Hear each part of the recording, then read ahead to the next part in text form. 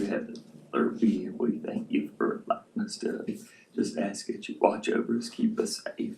Thank you for all that you do for us. Just be with us as we make decisions and let us make decisions betterment of our community. Keep us safe, well. Thank you for what you do. In Jesus' name, amen. Amen.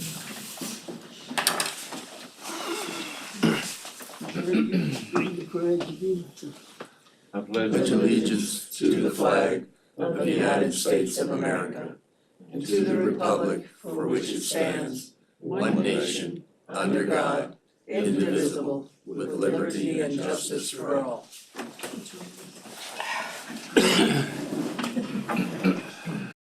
Thank you. Mr. Cox?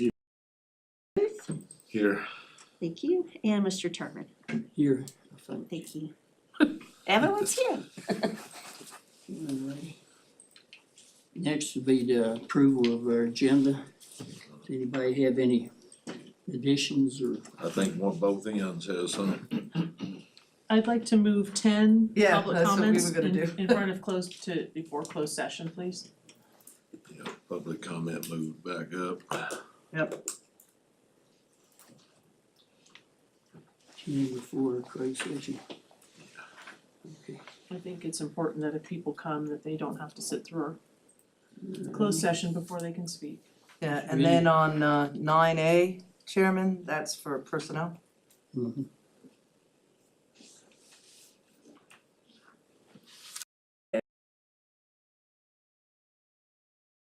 Carolina. So that's at 9:45. Anyone else? I'll take a motion to approve the agenda with the necessary changes. So move. Second. Okay. On the motion to approve the agenda as amended, Ms. Bechtel? Yes. Ms. Cookaboo? Yes. Mr. Cox? Yes. Mr. Booth? Yes. Mr. Turman? Yes.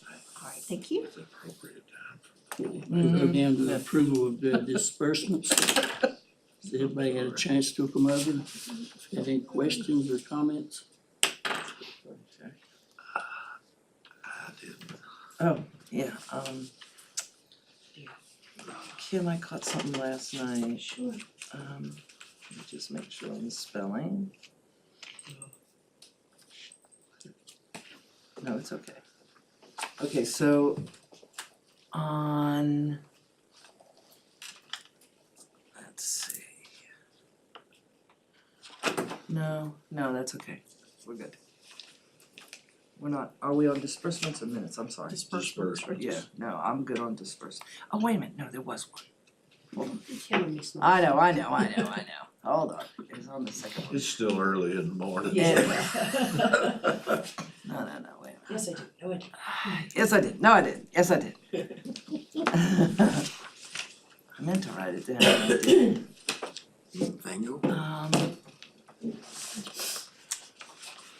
I just didn't know what it was for. And I thought it was So the first set or the second? well, I guess it's the, On 310, the additional one, just ran yeah, those no, because it of wasn't on approval. that one. Yeah. Squeeze it in there. So it's on this return refund of security deposit for Live Pure LLC, Oh, number that 73. was, okay, that was, through the EDA, there was a possible opportunity for, the rent, and they had to wire, to hold the position. Okay, And the only way they could do it at the time was to wire it to county. okay, So, and then that, they backed out, so that was returned. understood. Okay. Anyone else? Thank you for that explanation. Absolutely. Just seemed like. I'll take a motion to approve the disbursements. So moved. Second. Okay, thank you. On the motion, excuse me. On the motion to approve the disbursements, both sets as presented, Mr. Booth, Yes. Mr. Cox, Yes. Ms. Bechtel, Yes. Ms. Cookabook, Yes. and Mr. Turner. Yes. All right, thank you. That will move down to approval of the minutes. Anybody have any corrections or questions? Yeah, I caught one. Just, on one of the spellings of our, That's right. folks that spoke on page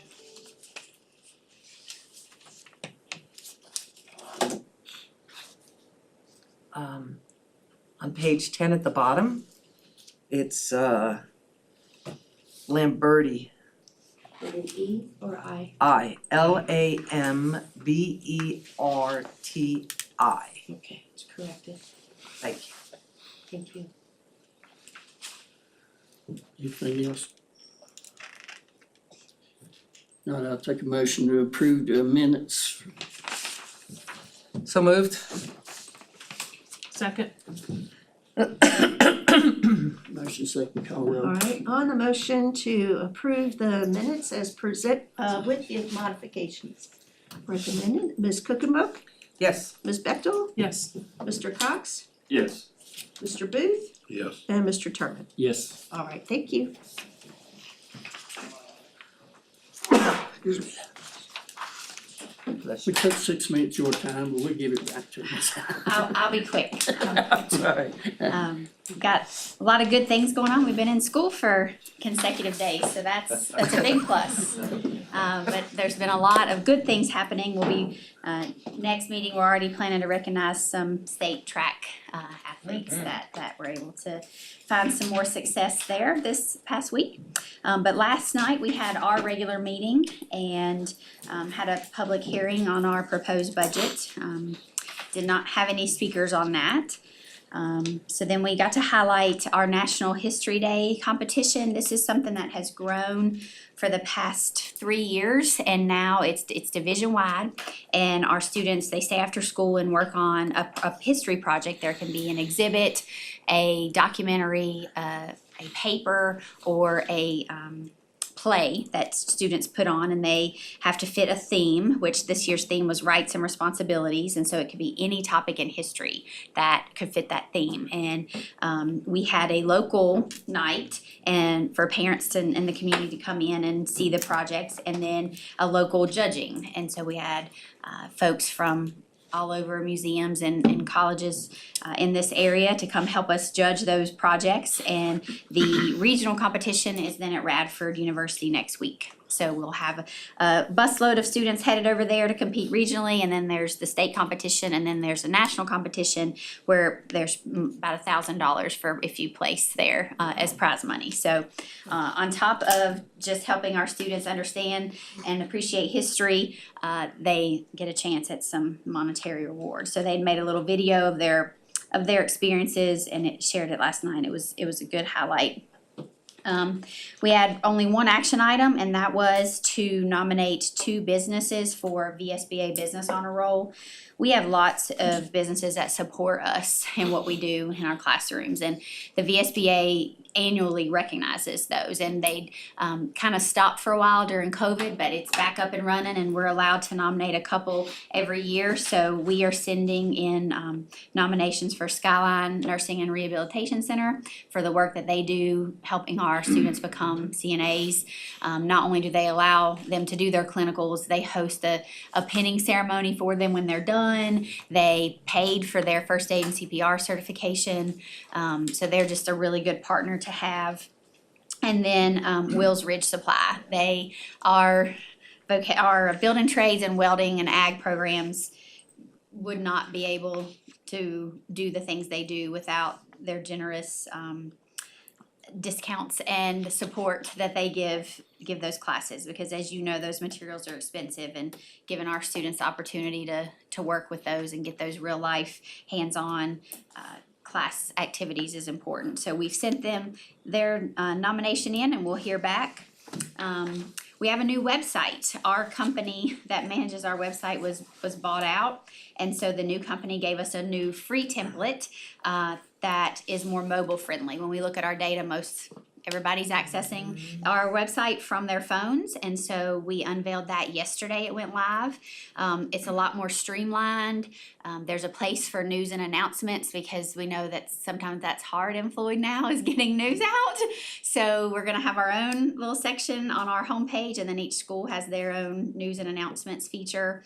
And then we launched a new alumni space. So we want to connect with all of our alumni, which hopefully some of you in this room who are alumni will complete that the survey for us. We're building a database, not only to share information, but to see, we have a lot of successful alumni who can come talk with our students and share, kind of their path and connect them to future careers and opportunities. So we're excited about that.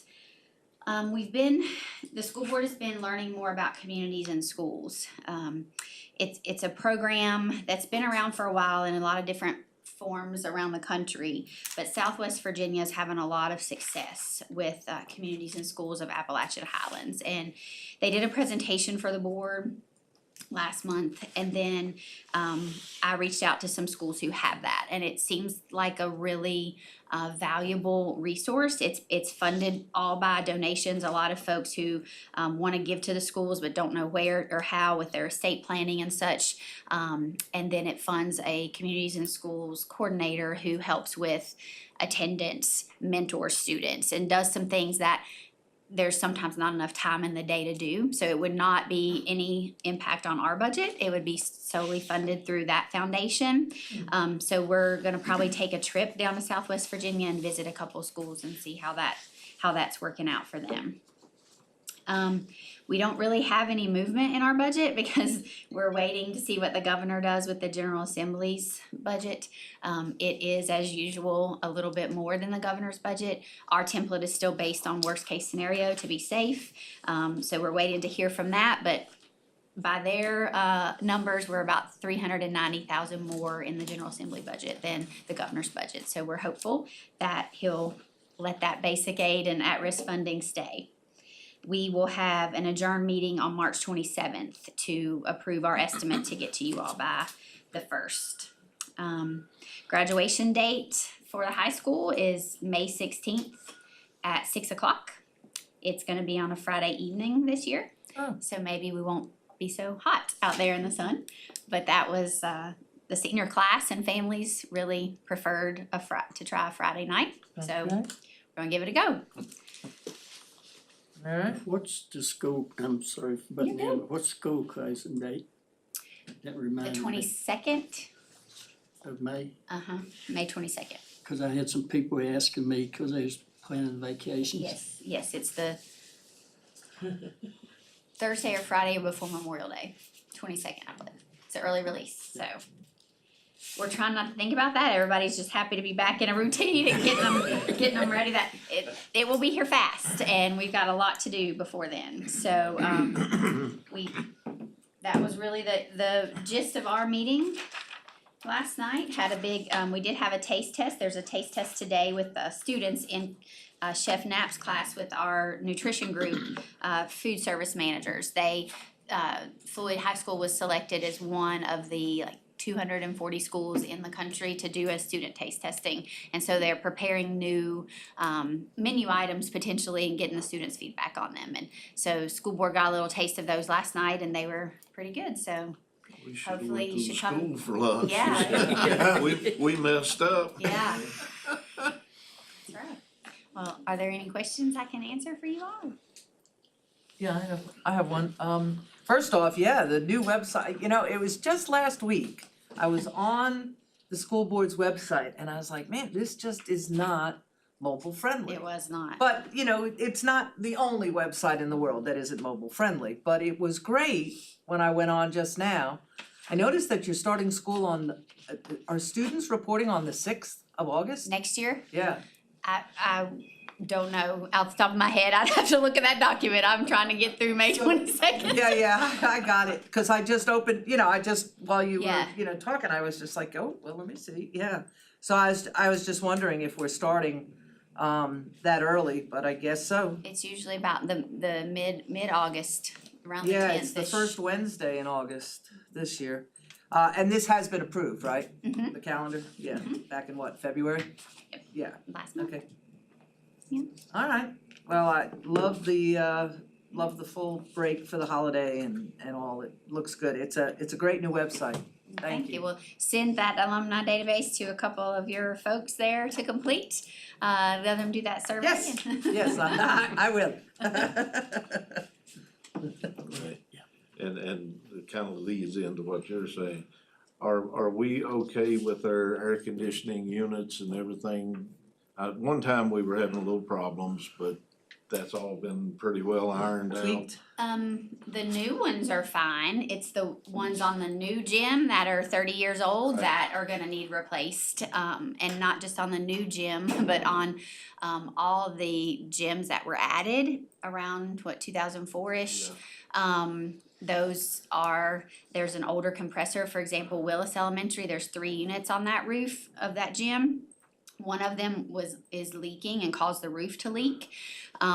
So the other 2 are only running on 1 compressor each. They don't make those compressors, it's really expensive. So we can't afford to replace all 3 of them because that's gonna be over $300,000. So we are paying, we'll get some money from capital improvement to replace one of those units for $80,000. But that's one impetus for us looking at a capital improvement plan, because it's great that we can put these things in, but then we've got to maintain them and have a plan for when they all then go bad at the same time. And same thing with like asphalt. I mean, our parking lots are crumbling. And so we just got to have a plan for building that in, because it's like those gym units are hundreds of thousands. Touched on, that's the problem, when you do 5, 6, or 10 at the same time. Yeah. And Then they all, they all go kablunk at the same time. yep, So if yeah, we would like to get on some sort of schedule. scheduled So offset. that it's planned, we know we can replace this many, and have that and not be hit by surprise Well, repairs. I know that's back into y'all's business, but it's kinda our business No, it's too, everybody's 'cause business, we yeah. help- These we buildings need are to help used out. by everybody. Yeah, so, but I was just wondering that coming into the warmer weather, if it was Yeah. where we were at on Yeah, that. the new ones seem to be doing Yeah. good.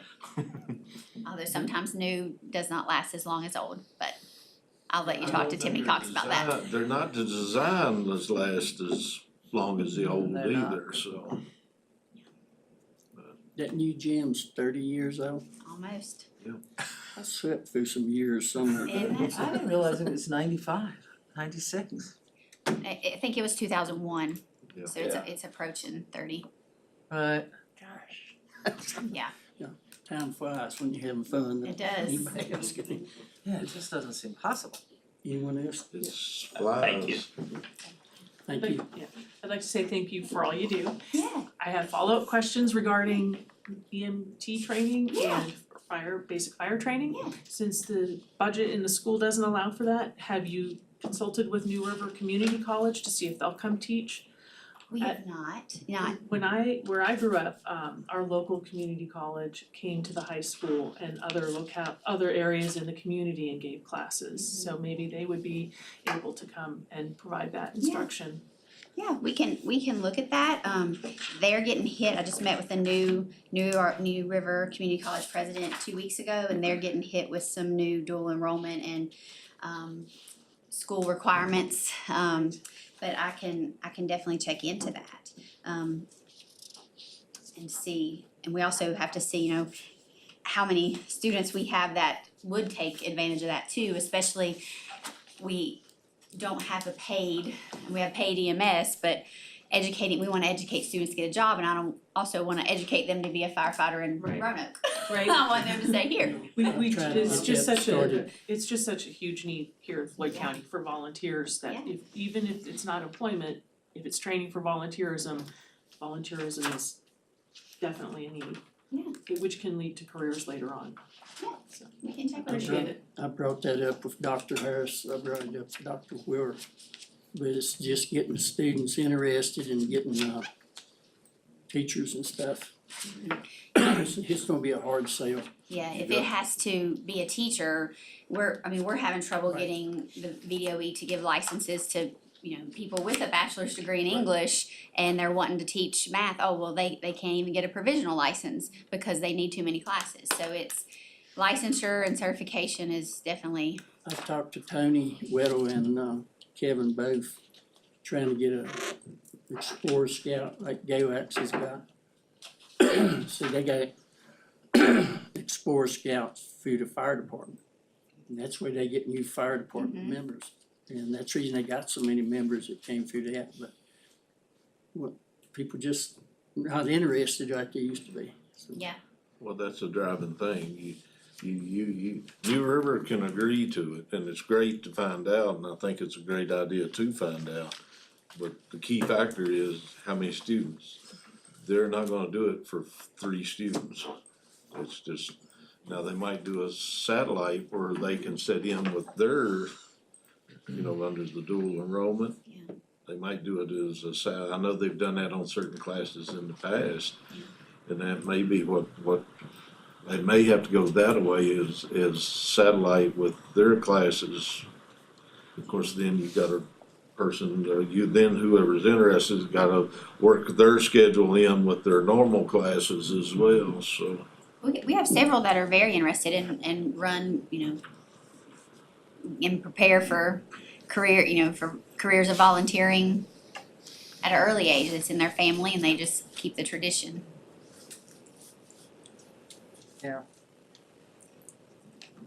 Thank you. Thank you.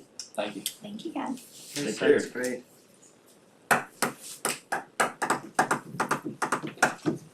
David? You sure you wanna come up? Most popular fellow there is. This one's easy. Guess what we've been doing for the last month? Let's see. In fact, I believe it was a month ago. Wasn't today because a month ago today you canceled the board meeting because of weather, potential weather. And then Thursday when we did have the board meeting, we were just kind of realizing how much stuff we had. So I got a list, stuff we did other than pick up brush. We did get to machine a few roads. We have been doing some patching when we can, but mostly picking up a lot of brush. Cutting it out of the road first, then picking it up, and we still got a lot to do, obviously. It's laying on the sides now, but most of all the roads are clear. I was actually on my way to Willis area headquarters that night. Decided it would be fun to take Allen Ridge. And, I bet it was fun. it was fun. I got through. Had to get out and pull one out of the way. And then one night on the way to check, I decided to take Bethlehem Church Road. I didn't take Bethlehem Church back. Maybe fun mowing this year. Well, that's the thing. Yeah, we're trying to get all this stuff up so I don't have to mow around it. Right, yeah. That's what we've been up to. And then I just saw today. This is state severe weather and awareness week. Correct. I'm sure the county's gotten something about that as well, and so we're doing our tornado drill today, and just hope we don't add that to our list of weather events for the year. But I don't have anything else. A couple other things I would like to just mention. We are putting together our well, the contracts are done. We're doing some paving this year. I don't have the whole list with me right now, but we are doing 221 through town. We're doing Route 8 just north of town, so you'll see those happening. I got some latex going on 221, and I'll get all the other stuff for you as well. But that's not coming up till end of May, beginning end of May. That's it. Here for them. Okay, yeah, well, you spoke about Bethlehem Church. I know that you're working as hard as you can. I know you've got crews going. It is pretty dangerous right now on the sides of the roads. I mean, just if, you know, if a car had to, you know, take evasive action for whatever reason, I mean, there's, you know. So I know you guys are working as hard as you can. Is there any thoughts to bringing in extra contractors, I mean, they're not, especially to Floyd? we've got as much as we can going right now. It's not a matter of them sitting around and us not hiring them. We got Yeah. everything we can.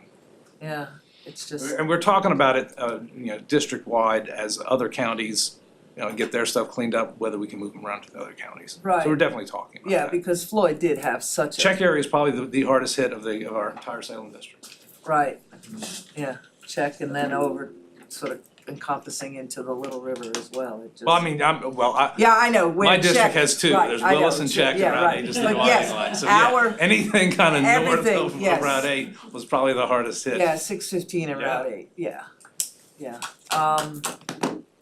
Yeah, that's just, and then it's the potholes, and I know that crews are gonna probably try to get out, but it's kinda hard, but there are some larger ones. I've contacted you about some of them. Yeah. They seem to be happening as each day goes by.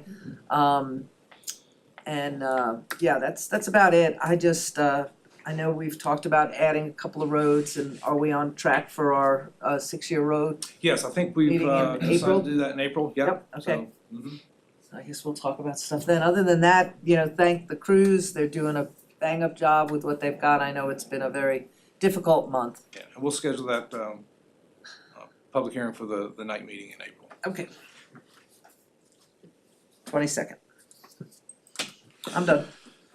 Thank you for the work and the attention there on Beaver Creek. Yeah, we did just barely didn't get that. Yeah, I seen that. We were feeding cattle when I seen the backhoe and the truck come through, and I said, I bet they've been down there, and they had. That pleased a lot of people. Thank the crews and everybody for everything.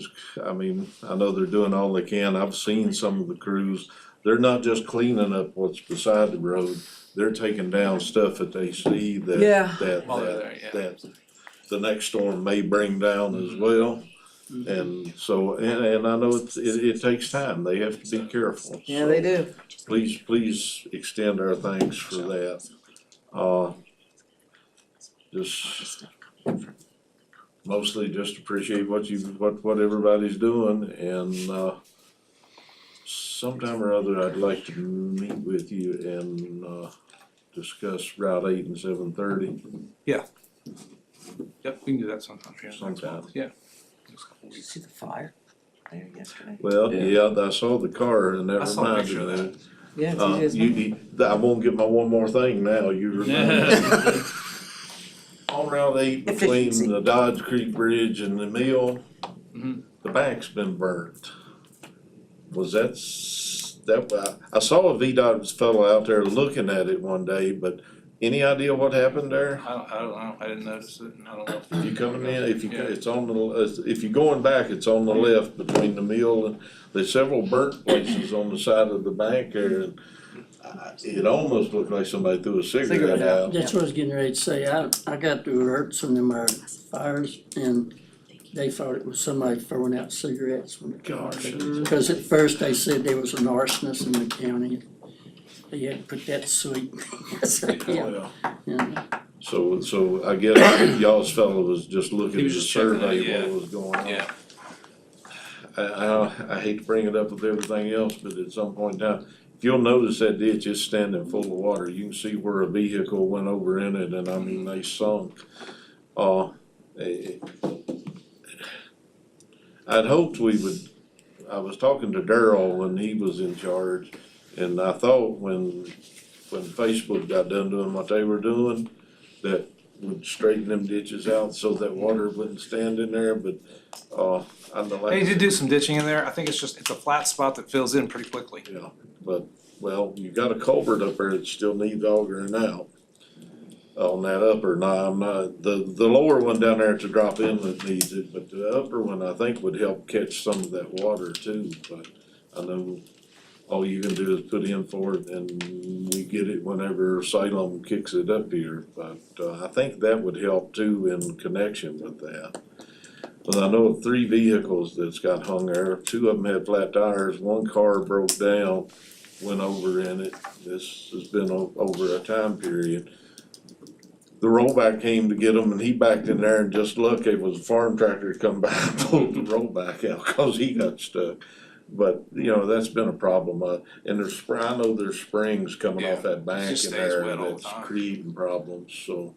But I just wanted to mention that, but other than that, that's all I had. Thank you again. Please thank all the crews and everybody. Yeah, well, I appreciate all the work that y'all been doing. I've got just a couple high points. Wilson Cemetery. It's got some potholes that make you have to sort of get over into the other lane. If they could maybe check it out. I'm a knob. I had some complaints about that knob. If y'all can check it. Lick Ridge, I was out there this week. It looked it's bad. good, so I appreciate y'all's work.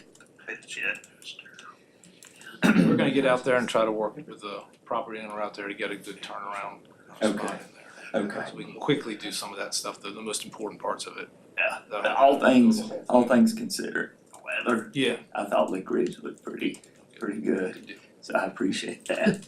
And I had some comments about Graysville, Meadow Run, and Copper Lane. Which is there any plans to overlay any of those roads? I'll have to see if there are any Upcoming. on this year's list or not. I don't have the secondary list. If you could just check, Yeah, it's or getting pretty bumpy. okay. But Yeah, I you can think add Kennedy School Road to that one to check for overlay. Please. just potholes. Yeah. I think Yeah. we had one fella, we was gonna stock trout in the potholes this year, this spring. So, but thank you, David. I had one wanna know if his Yeah. driver's license served as a fishing license. Yes.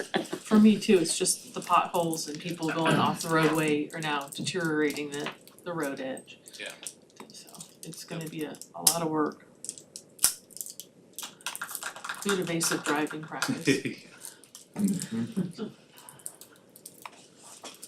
Yeah. Got a lot of whining to do. I've had to burn my saddle ever since that storm hit. But first, Fade 80 Road, from Buffalo Mountain Road to What's the name of it? Fade 80. Comes out on Connor Grove. That gentleman called me, wanted to know if his driver's license would serve as a fishing license. The potholes are getting pretty deep, you know. Hard to miss then. I mean, Yeah, you'll see them. Yeah. He said he was missing one of them, but he said it just keeps growing, and he said now he didn't have a choice but to sort of hit it. And I noticed coming down the other mountain this morning, I didn't notice it a couple of weeks ago, but seemed like the pavement on the northbound side, sort of a little curve next to the bottom. That pavement really broke up here in the last 2 or 3 weeks. Like I say, you know, just like every road in the county, we need some machine work done. Yeah. But I've had a couple of people make this comment to me, and I know if it happened, it wasn't you, it had to come from higher up. But they were sort of upset because they said some of our VDOT crews got sent to Montgomery County and Virginia Beach to help them during that storm. No, we didn't send anybody. Well, you know, I just want to lay that to rest. I Yeah. thought if it did, they need to play it forward and send some of theirs back this Yeah. way. In fact, we did get some people here from near, like, in the Danville kind of area. And some from Fredericksburg area. Came here. And Reverse Yeah. rumor. We got them.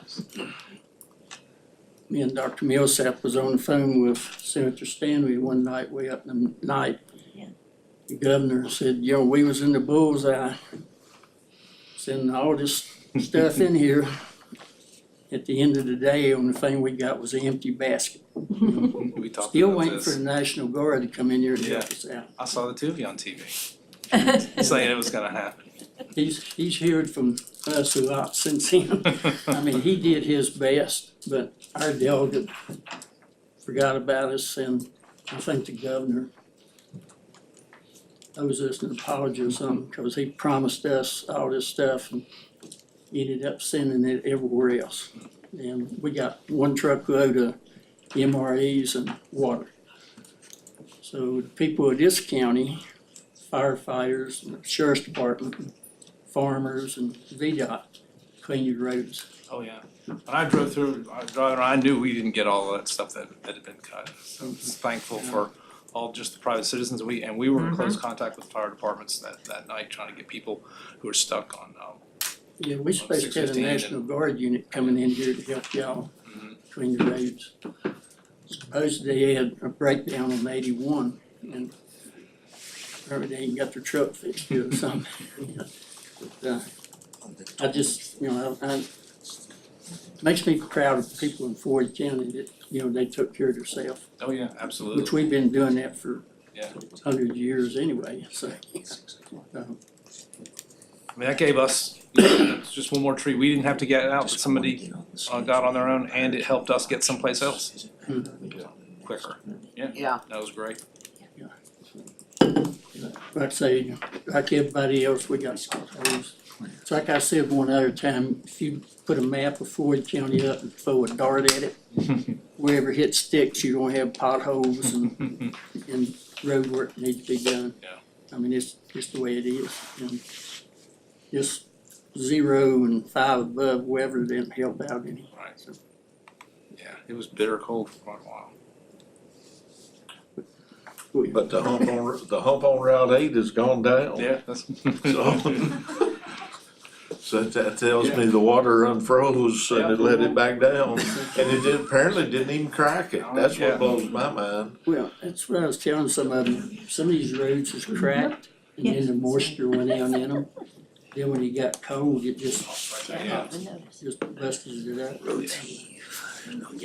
Could you send us ahead of time, you know, I can't remember if it was last time or time before, you had a bracket out that listed the roads on the 6-year road plan, their estimated cost and the estimated completion. Yeah, I really like that format, because then Yeah. you can see roughly. Yeah. Could you get that to us prior Yeah, to the April meeting? Oh, yeah, yeah. And we'll be able to definitely be able to add a few this year. They gotta have 50 vehicles a day, is the only stipulation. And, you know, be generally Don't, buildable, you know, for less. don't be less than a million surprised if miles. I'm pushing for us to do a county-wide category and put some of that new money in it to take care of some of the help take care of some of the problems we don't have funding for. Yeah. You know, we can do that, and I may be more inclined to do that than I am to add a bunch of new roads to the, because there's what, I think there's 3 roads on it now, 3 or 4. So Well, the way things usually go, that's still we're still 6-8 years out probably. yeah, some of that money is earmarked, it has to go to unpaved roads though. Right, I know that. I brought this up before. I'll bring it up again. This curve above Webb's Lawnmower, 221 Bud Slaughter's there. You got all them big oak trees up on top, and the farmer's fence is way behind them. Every time we have a big storm or ice or something, one of them oaks ends up going across the road and turning out the guardrail.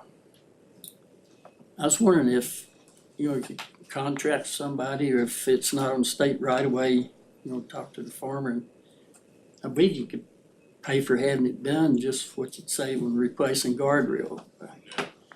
Because I was noticing this morning, just about all that guardrail's gonna have to be replaced. Well, Well, we had talked about too, possibly, if you get a guardrail crew in there, and it has to replace most of it, we had talked about trying to extend that guardrail down a little further too, if possible. The same place there? Yeah, there in that curve, around that curve. Yep. That was one of the things me and Dr. Millsap brought up to Bill Stanley, that we really need some guardrails in this county. He said he would try to help us on that, so we'd keep punching it. Yeah. Hopefully as the crews come in to fix the places they have to fix, it'd be great if they could schedule an additional week working on some of the others that were in bad shape prior to the storm, but they may not be able to do that, and I know that's outside of all you can do is put in for it, and when they get here, so. And it will get charged to our maintenance. We're gonna have to watch our maintenance budget here at the end of this year. We'll get the brush, we'll get the potholes, and Well, mowing, there's but, some of them you can visibly tell, like that one on Route 8 that I started 7 years ago. You can visibly tell it's gone way further over with ever hard rain or whatever, it just continues. And right now, really the only thing holding it up, I think, is the 2 posts that haven't moved. But there's a lot of guardrail on 221 that was the same way prior to the storm, so. They do it like they did the one on Little Mountain, they won't have to worry about it, cause it hasn't moved. Well, Yeah. and that It could be, stayed put, yeah. if we list countywide projects, that money could be used to fix some of the guardrails if we needed to. I noticed in Roanoke, now I know they have a lot more money. In some of the worst places where they have washed out at the guardrails, they've actually asphalted over to the guardrails. yeah, put a paved shoulder underneath. And I'm not talking about doing all of them, but some of the worst ones, that may be something as we're overlaying and whatever we look at.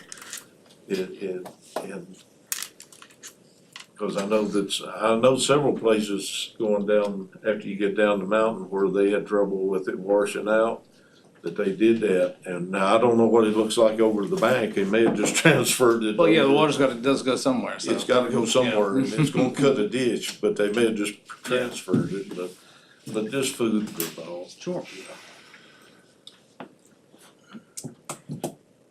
Alright, thank you all very much. Thank you. See ya. Thank you, sir. You need to get up clean. I think somebody's got a road. I think she's got a spur under her saddle. That's outstanding. Well, good. Dr. Millsap, I guess you know, is coming down, Mike's really going to town on that 5 acres up there. They're And gonna build them a road and Oh, everything. yeah, that's on my list to Yeah, let y'all know. I seen that going home last night. yeah. I seen them up in there Sunday evening or Saturday evening. Then next thing you know, they was in there going to town.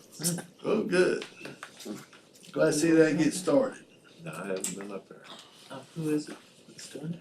At least we have that part, maybe one of these days get enough money to do the rest of it. So, go ahead. All right, well, good morning. Also, with that note, information, the courthouse roof is estimated to start around March 24th. Excellent. They're running a little behind with like everybody else with the weather and so forth. So, got a few things to talk about.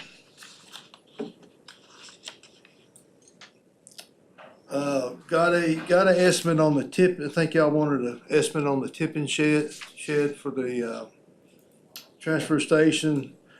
I reached out to one contractor, got a quick one, $22,000. Looking at a 12 by 16, and hopefully put a restroom in it. So the person don't have to run all That's the way. not really That's bad. not bad. No, that's a little less than I was But that's not counting the plumbing, bringing the plumbing to the structure and the electrical. The electrical shouldn't be a problem, just come off out of the Right. Jimmy shed.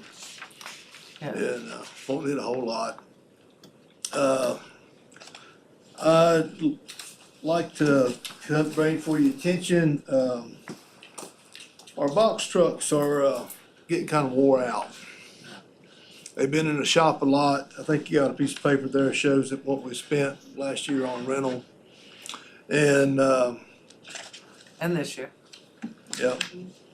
So it's getting expensive. We finally got the third truck back, but the lift gate was not working on it too good yesterday. They finally got it working, so.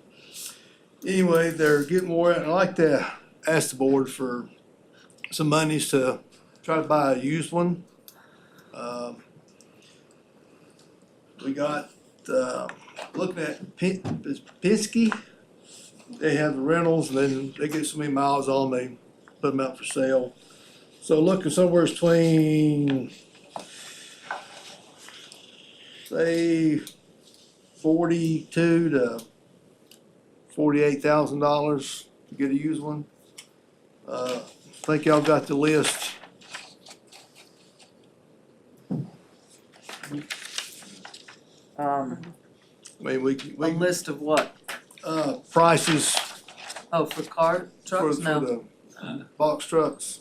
no, I didn't get that. Alright, well, we can, I mean, they're all over the United States, we can go get them.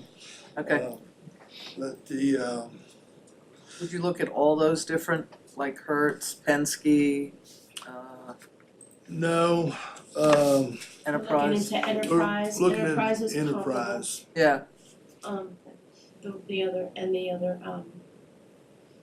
not Avis, I'm sorry, I'm losing the you name, will, but they were all fairly comparable, Okay. especially in that lane yeah, of those rental businesses. Yeah, I'm looking to get something with low mileage, hopefully, but I mean. Yeah.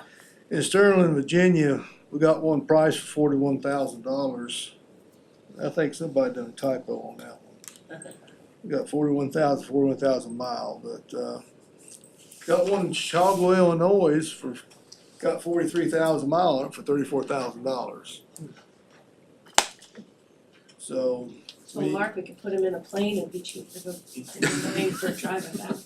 Look. Well, He did that too. find He one did it yesterday too. find one in Okay. Florida and get them on Allegiant for $45, you know, round trip to, Well, I found some in Florida, it was pretty good, yeah. alright, well, let's get them down there on the $45. Like there's one in Richmond, got 84,000 miles for $45,000, so. And they all are, what we're looking at is, they're a Isuzu, which is a GMC product, GMC motor, 16-foot box with a tuck-away lift gate, carry up 2,500 pounds.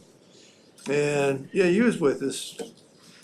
One we got, we had to kind of take some water bottles off just to get it to Get it to go up. Yeah. Some of us had to stand on one side to tip it down so the loader could load on it. Yeah. Character, it has a lot of Yeah, character. got a lot of character, that sounds good. How many are we looking at buying? One? Well, I like to look at one, and almost a good time to ask now or not, or wait till next meeting. But, no, we're looking at taking a new look at the transfer station, okay, with drivers and workload and recycling and trying to figure out what we can do better, make things better, Excellent. cut costs, and also, you know, y'all talked about your last meeting about the other, getting revenue in, because there's a lot of money going out out down the road and nothing coming in. Had a meeting with Cheryl and Jabe and, Woodstock, and been talking to some other boys. You know, we need to recycle 15% of the weight that goes out to get the grant money from the state or government, wherever it comes from. And to try to keep that, you don't get more than 15%, because sometimes they say, no, we're not counting that this year. Right. So we got workers going out, you know, collecting the plastic, the metal cans, the glass out of the containers. getting out of the bags, loading on the truck back and forth. Then we got the other crew going out to businesses, getting cardboard, getting on the lift truck, raise it, and take it all the way to the end of the truck so he can make a run, get it full, and then have to make 2 runs at least, load the trucks. But Woodstock comes with a good idea is get a rear loader trash truck. That way you're on the ground, you ain't lifting up, carrying it back, you throw it in the back of it, and that big arms pushes all compacts. Time you get back with another load, you just keep feeding the monster. So that's something I'd like to bring for you, some prices next time, if y'all. And that way we don't have to have another. We got 3 lift trucks and all 3 of them are old and wore out. And instead of buying another lift truck or a box truck tailgate, get a rear loader trash truck. And we're looking at different ways of looking at different places because we've been going to these 2 different places all our life.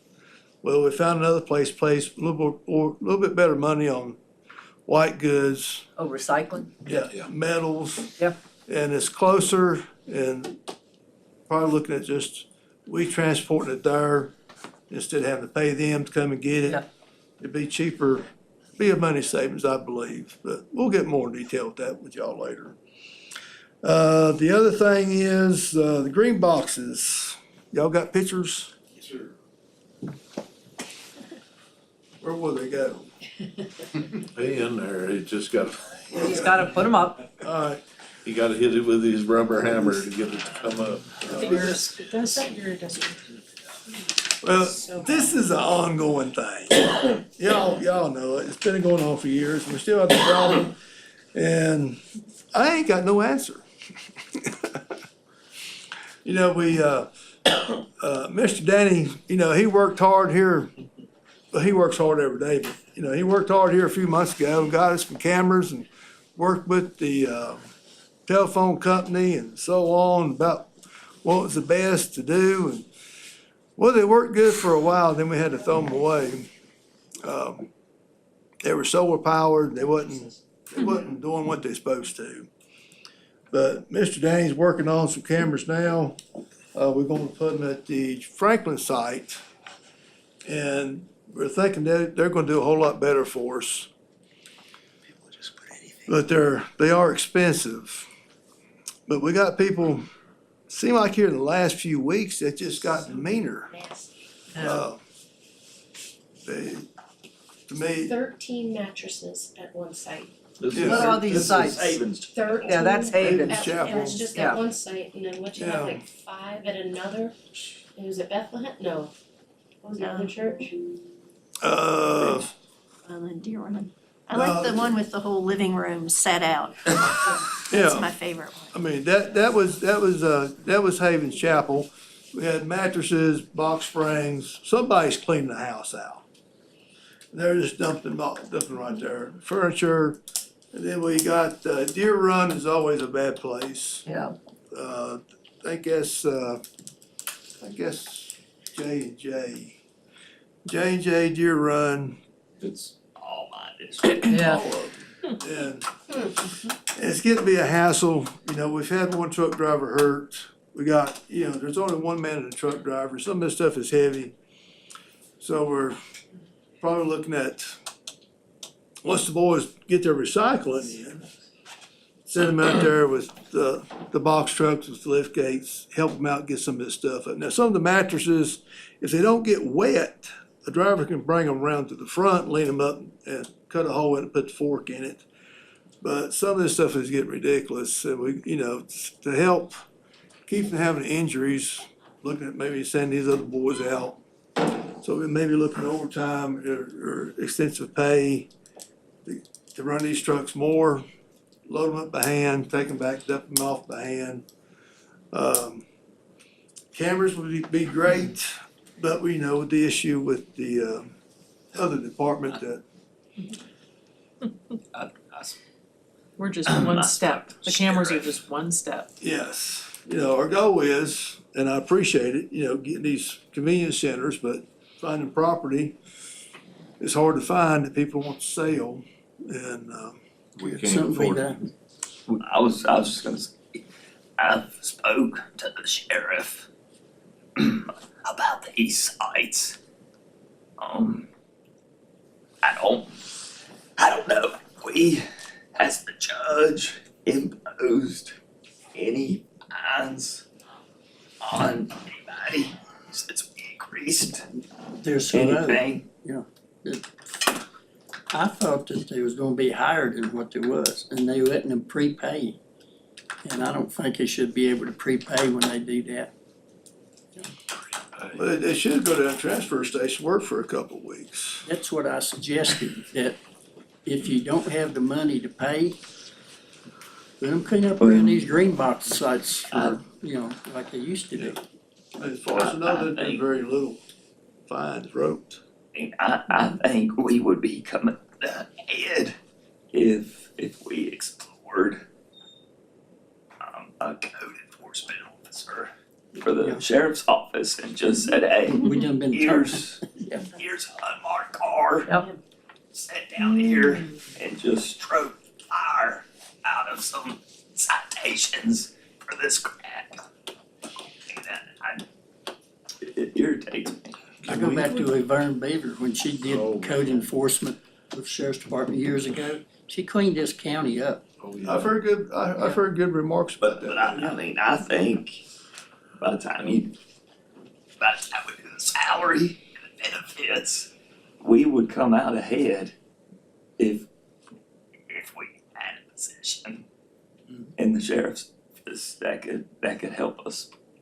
How hard would it be to let one of you all, or a couple of you all, do the code enforcement rather than full? You don't have No, I mean, let me, You and need to be, but I'll tell you this We don't have the real quick. manpower or the time. No. I'll tell you this real quick. There's some Dumpster training that goes in on that code enforcement too. on the dumpster activity, I'm sorry. my law enforcement days, you may think you're gonna sit out there and just catch some illegal dumping, but the stuff that you'll come across, that's why you need to be sworn. Narcotics, wanted, people that's wanted, they throw their trash away too. So the amount of activity that you can get from just enforcing dumpster activity is incredible. You'll walk away enforcing a lot more than just someone throwing some mattresses away, believe me. Well, I had one driver call me and said he was very mad. I ain't gonna repeat his words, but he had a bunch of needles come out on him. What worries me is now that they're clamping down on the border and the drugs coming across the border, you're gonna start seeing these people now start making them shaking backs again.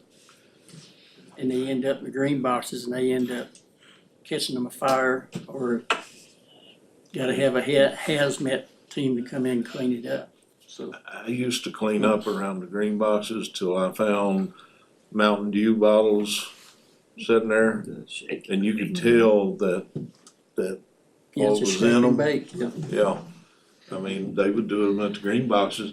They set them there after they cooked or a certain length of time. Then whoever they're selling them to, they don't see each other with the drugs. They're sitting there behind the green boxes, and they pay, and then they tell them which green box to go and pick it up at. That's been going on for years, especially up here at the one up here at the landfill. That ain't good. No, well, and this is gonna sound bad, but I gotta say it anyway. You know, we're paying for 14 or 15 positions in the sheriff's department already. It looks to me like that, given the situation, maybe they could half-time a couple of deputies and at least until we come to some kind of conclusion what we wanna do.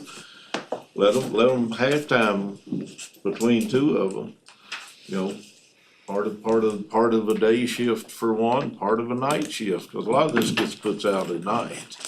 I agree with Floyd, if we could get a code enforcement officer what we make on fines and costs for a while would pay for that position. Well, yeah, but I'm saying until we get that, cause this person's going, if they hire somebody new, if they're not already trained, they're gonna have to go through the academy and everything else.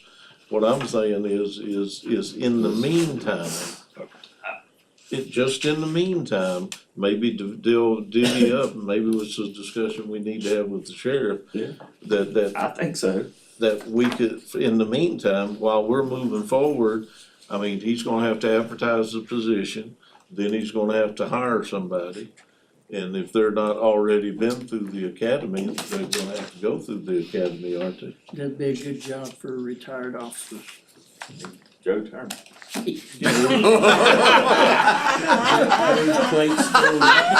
That was awful quick, sir. Hey, he didn't notice the retired one on the east end. But I'm just saying, in the meantime, until we get everything in I think it's place, a good idea. maybe we need to approach him about possibly doing that with a couple of deputies, night shift, day shift. I will say, it's difficult, be working your shift. And when I was helping them, one day I bounced between Copper Hill and Indian Valley 7 times between calls, from 8 a.m. or 7 a.m. to 7 p.m. I went 7 times back and forth between the valley and Copper Hill. So to find time to sit and watch that, it's tough if you're working a shift. Right. But I've sat on them boxes for an hour or two at a time, nothing come in, leave, take a break, come back, somebody's done dumped a load of boards or hoses or whatever, It's like fishing, it's Well, hunting. have, under our new, we changed all those regulations, fees and all that stuff. Do we know, have we gotten a report on how many people's actually been charged under that new? Well, we are aware, Stephen, if I might, Mr. Chairman, Steve and I have talked earlier about this, and we have had a couple of people that have gone through the system, but not very many in terms of the solid waste ordinance. Sorry to kind of drag you in right now. So I guess kind of the thought was, and please correct me if I'm wrong, Steve, is that it's not necessarily that the judge has been unwilling to enforce that ordinance. Now, could the fines be higher? Could there be more direction? To your point, that might be the case, but to our knowledge, he hasn't said, no, this is not, I'm not gonna do this. Is that correct? I think the problems with enforceability have been gathering and authenticating evidence so far. As far as how do you get if there's a video or photographic evidence, who is able to authenticate that this is true and accurate and fairly depicts the things shown in the photograph. And if I might, and again, clarify for me if I'm wrong, Steve, but there's also the distinction about, are we pursuing this under the criminal side or the civil side? And that makes, when it's pursued under the criminal side, as I understand it, that makes, it increases the standard of proof. And so therefore makes it a little bit more challenging. So that, I think, is where the code enforcement officer conversation comes from. Let them there. Yeah. Let them catch them with their own eyes. Stroke them a ticket. And that enables criminal Correct. enforcement, because that's beyond a reasonable doubt, and I saw him do it. Right. If we are only going with civil enforcement, you have a better chance using photographic evidence. But when you're carrying the beyond a reasonable doubt burden of proof, it's harder. It's in harder to, custody.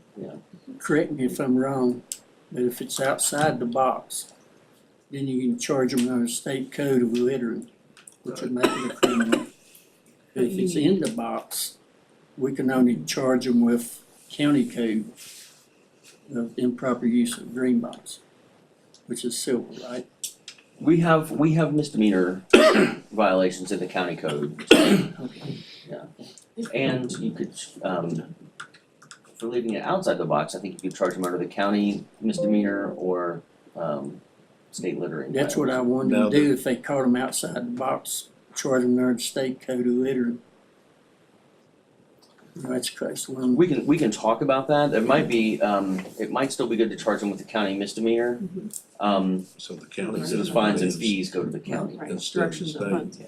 If I, Well, after we changed that ordinance, see, the original ordinance didn't have anything about like on the outside of the boxes, it just talked about what could be inside.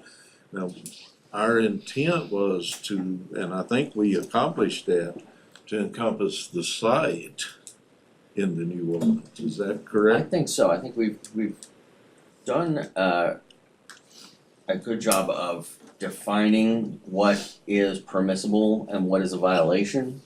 And then the remaining problem is getting our evidence gathered so that we can win the case. I think Linda had some questions. I actually don't have a question for Steve, I'm going back to the box trucks. Yeah, Okay. that's what I was. I would be more inclined, just to let you know where I stand, I'd be more inclined to spend more money on a newer truck with less salt exposure. With less what? Salt exposure. Okay. We can look into that. Well- Meaning not Detroit Or Chicago. or Chicago, Well, get you down to Florida. Right, I'm trying. I also, if we're back to the box truck for a moment, I mean, right now, we've bought a quarter of a box truck Correct. Yes. since September. Yes, And ma'am. that's, I mean, we can't, that kind of stuff cannot, and this is not placing any kind of blame, but we can't be doing that. We can't, that's not the way, we have got to, if we see a problem, we've got to try and act on it, because spending a quarter of the cost of a box truck on rentals. I know it was our only option, but maybe get it to us sooner. Let's make sure that we, deal with this stuff in a way that we're not throwing good money after bad. So we can get you down to Florida during the colder months to go fetch that truck faster.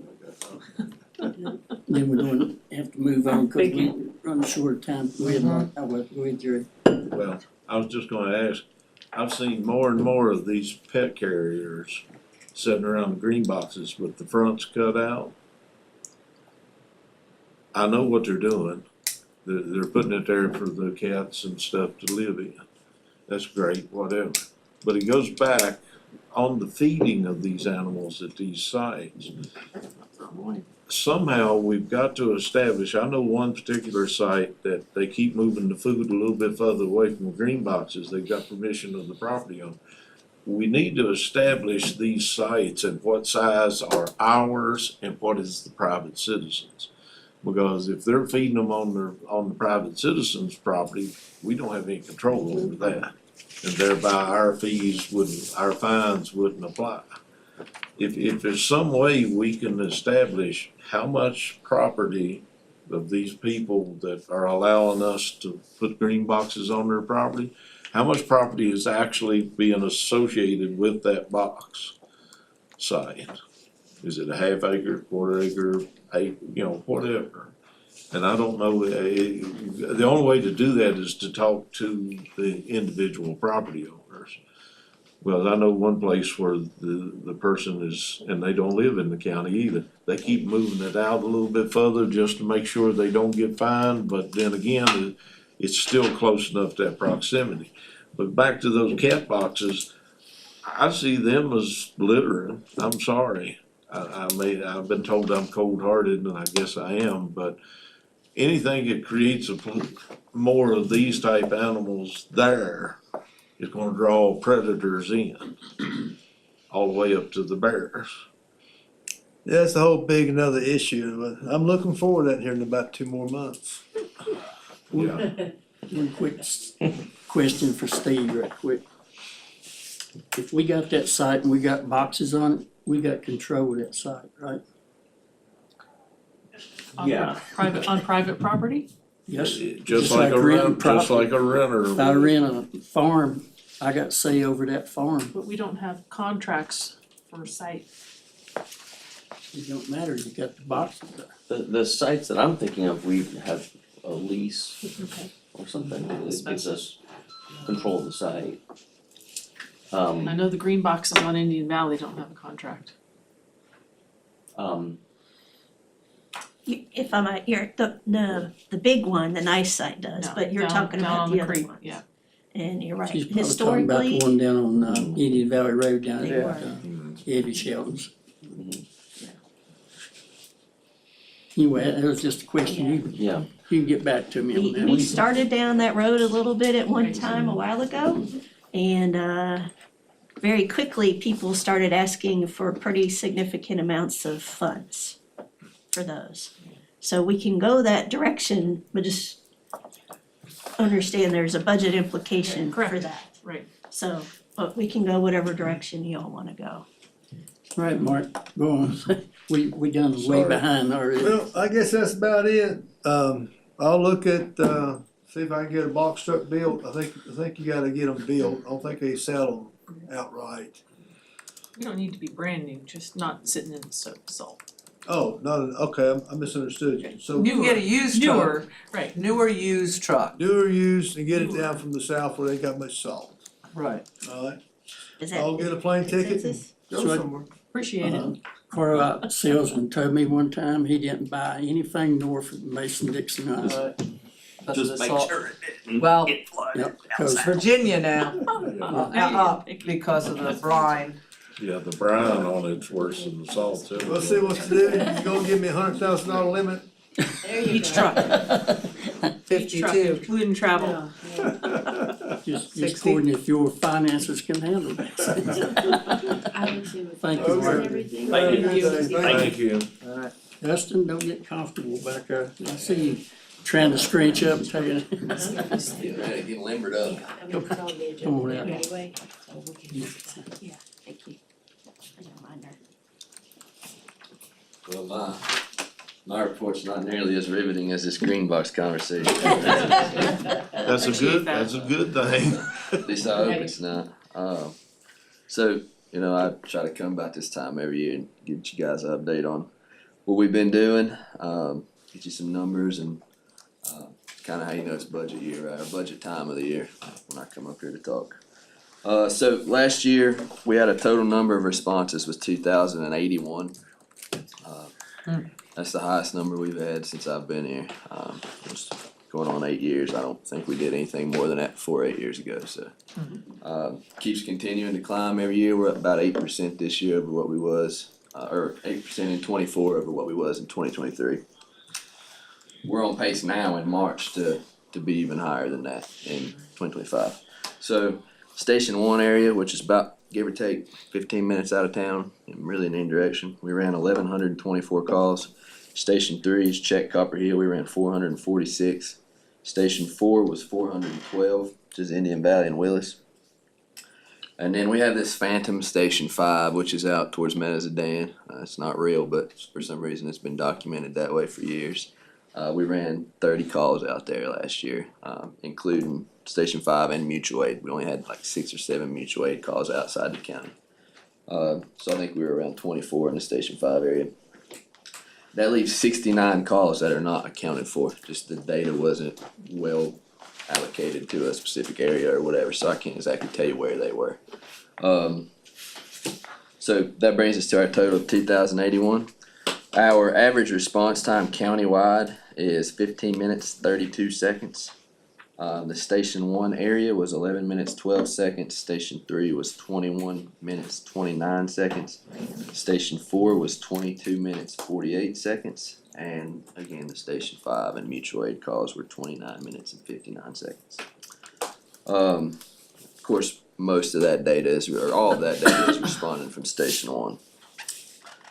Our staff numbers are, they're not great, but they're consistent is what I'm trying to say. I don't wanna tell you we got enough staff, we need more staff, but it's not fluctuating like it has in the past. We're at 14 full-time providers, that's 7 paramedics, 2 EMT intermediates, and 5 EMTs.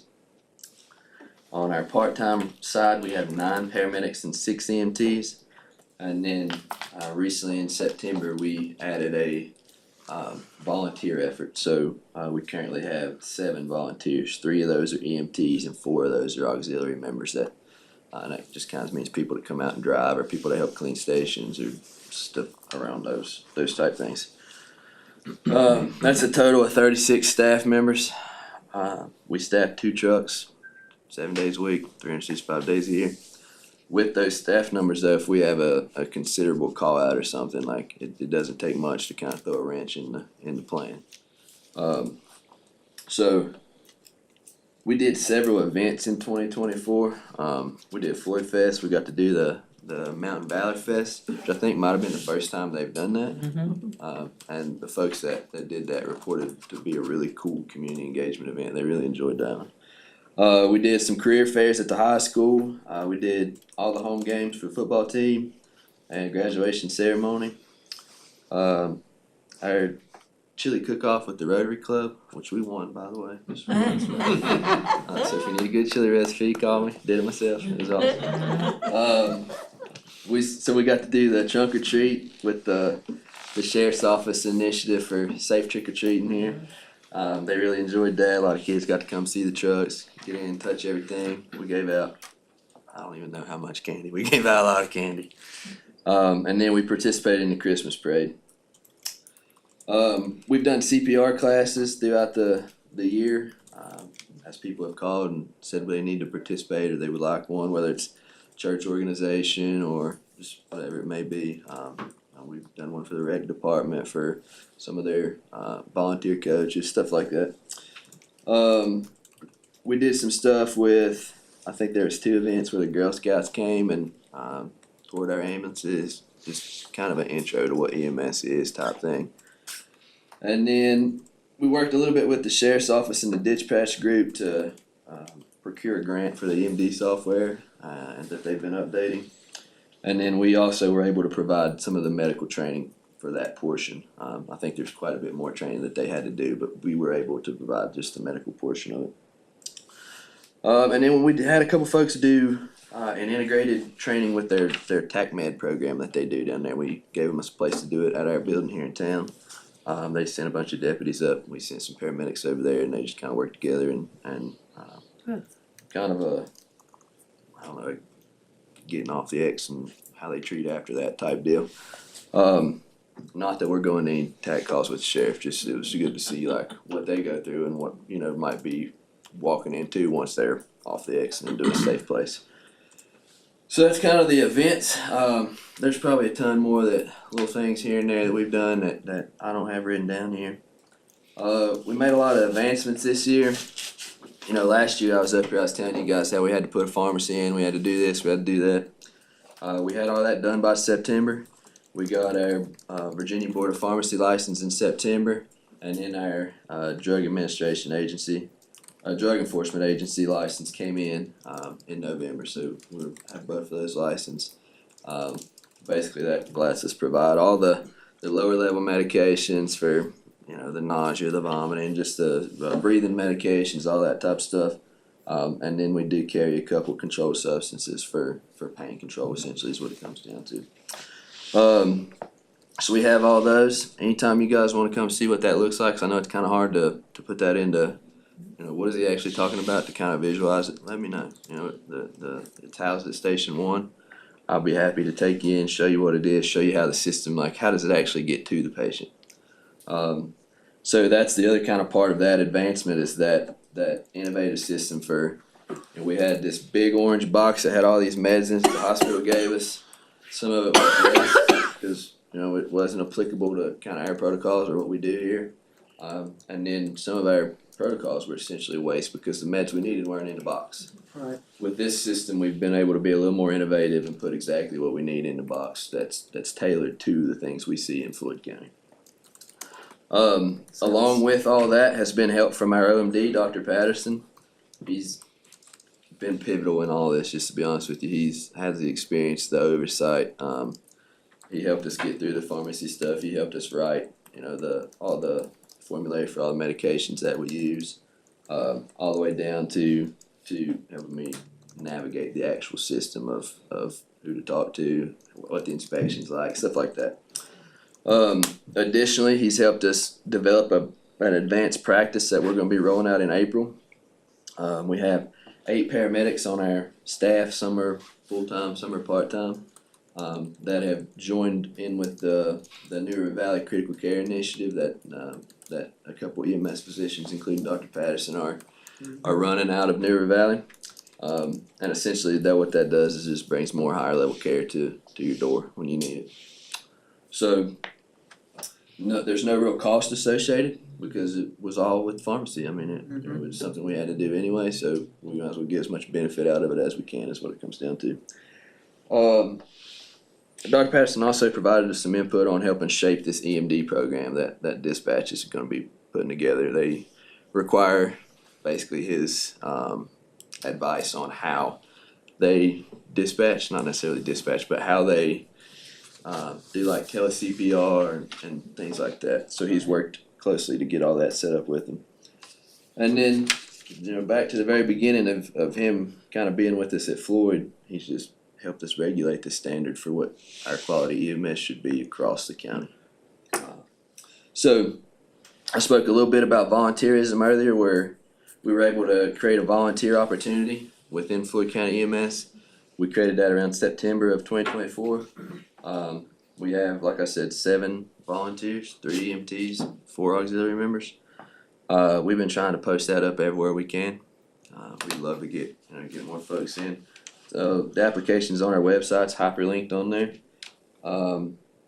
Along with that, and probably the part that's my most favorite, is we were able to conceptualize a youth program. And what it's called is, it's a cadet program, Floyd County EMS cadet program.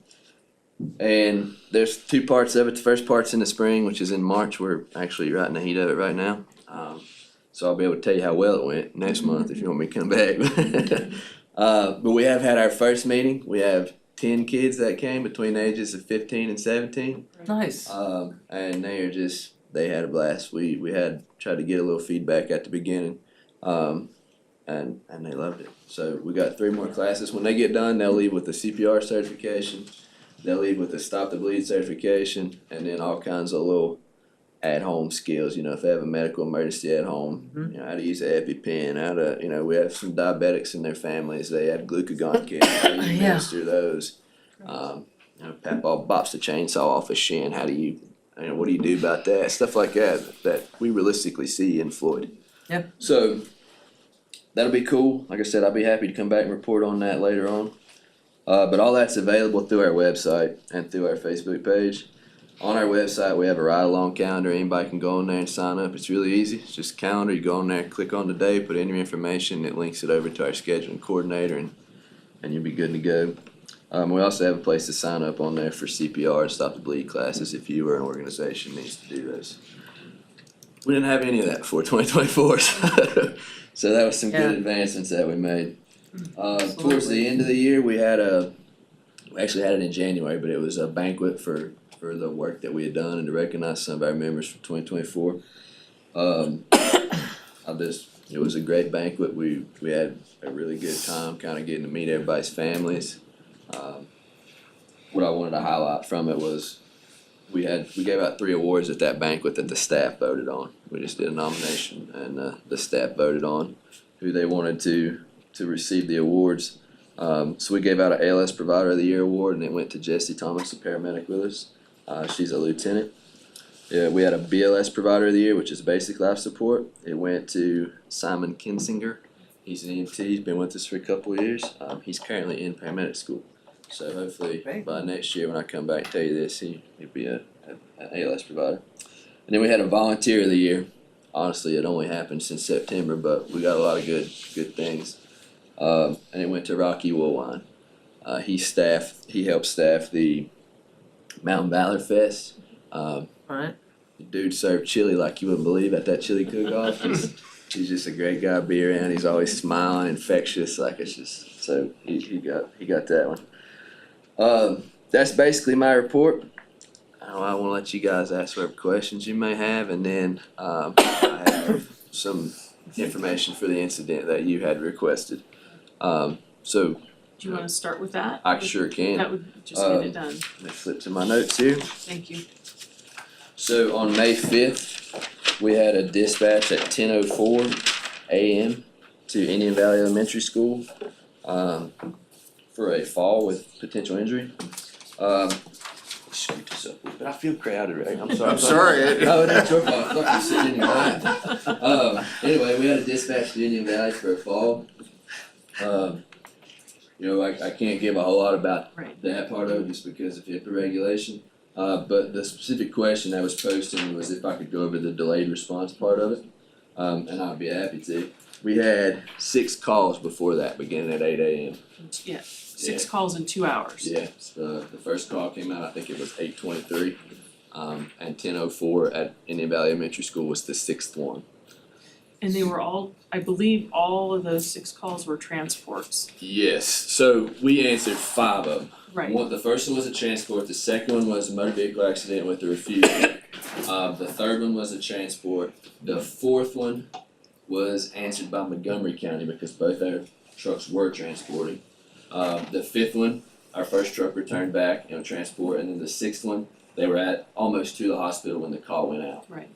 They had about 15 minutes left on their transport, Right, and then it took them about 18 or 20, I can't remember exactly, minutes to turn over the care, and then they were en route. But that is, and our normal transport from, so you get the 15-minute response to a scene on average, yes. and then if that person needs to be transported, what's your average turnaround time for a transport? Our average turnaround time would probably be a little over 90 minutes. Right. Most of the time you're looking at about 35 minutes there, 35 minutes back, and about a 15, After you're on 20 scene. minute. Yes, after you're on scene. All told, you're just north of maybe 2 hours. Right. And that's for average, that's for, here in town. Your average, yes, yeah, and I understand that, that's a really good time when you look at how far out we are, Sure. what your response time is, and you don't just, load them in and, Yeah, there's care en route, there's transfer of care at the hospital, restocking of the truck. Yeah. So that's not a bad turnaround time, no, and on days Actually, like that's that- improved. yeah, Yeah. It used to be a lot Yeah, more. so we've spent the last kind of 2 years incorporating into a kind of our training program about the importance of spending less time on scene. Because kind of when I came into this position, you would have folks that, and it's just basic level of experience and education, right? So Sure. what they taught 20 years ago is not what they teach now, right? But you don't necessarily go back to school just because you had it 20 years ago. You have all this continuing education, but you don't get the whole program. right, That's what it comes down to. So that was something we took kind of seriously when we looked at the numbers. Was the response time wasn't terrible. It's never been terrible. But what was terrible was the amount of time people were spending on scene. Right. So we were taking calls that should have took 2 hours and making them take 3 because we were on scene for 40 minutes. Right. But that kind of comes and goes with good and bad, right? Sometimes people feel like we're rushing them when we're really just trying to be efficient. And then sometimes you just gotta do what you gotta do and it doesn't work out. But that's been an initiative, is to try to cut down those times. Because what it equals is back in the county faster, we're available for the next one faster. Well, that's where it started, the nearest facility. Right. And, you've got lines that float, but and depending on, you can be on one side of the line, but you need to go to it, Sure. you go. Yeah. That's kind of a call the employees have to make. Yeah, and that's how our policy's set out on that now. We have a general map. Well, I have a map. It's hanging in the station. We have a big map. You guys probably seen it. That generally says which hospital is closer. Right. And probably 95% of the time it works. Then you have that 5% where they need a certain level that a certain Right. hospital provides, and you just have to disregard that. And that's kind of where my people's judgment comes in, and they've done a good job at that. So, Oh, yes. but it is part of a bigger operational question, like how do we get back here fastest? So. thank you. I know that there was a lot of questions in the community about the delayed response, and Yeah. most people don't understand that there's a Sure. lot of time between picking somebody up and being able to respond to the next Yeah. one. We've had a question. Thank you. I appreciate all your work. What's your outlook moving forward with Station 3 and Station for to staff? Yeah, so, you know, I'm at an impasse on this, to be honest with you.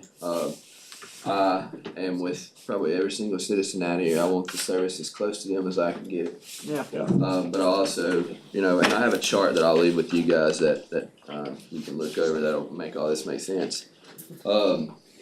And I'll also kind of preface this with this is like an hour conversation, so I'm gonna summarize it in about 4 minutes here. But the numbers right now really support a central response, just because of resource availability.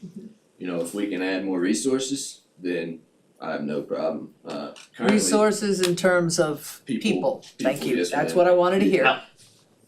Do you have an idea how many would be? I would say we would need to add 6 right now to staff to move out 1 station.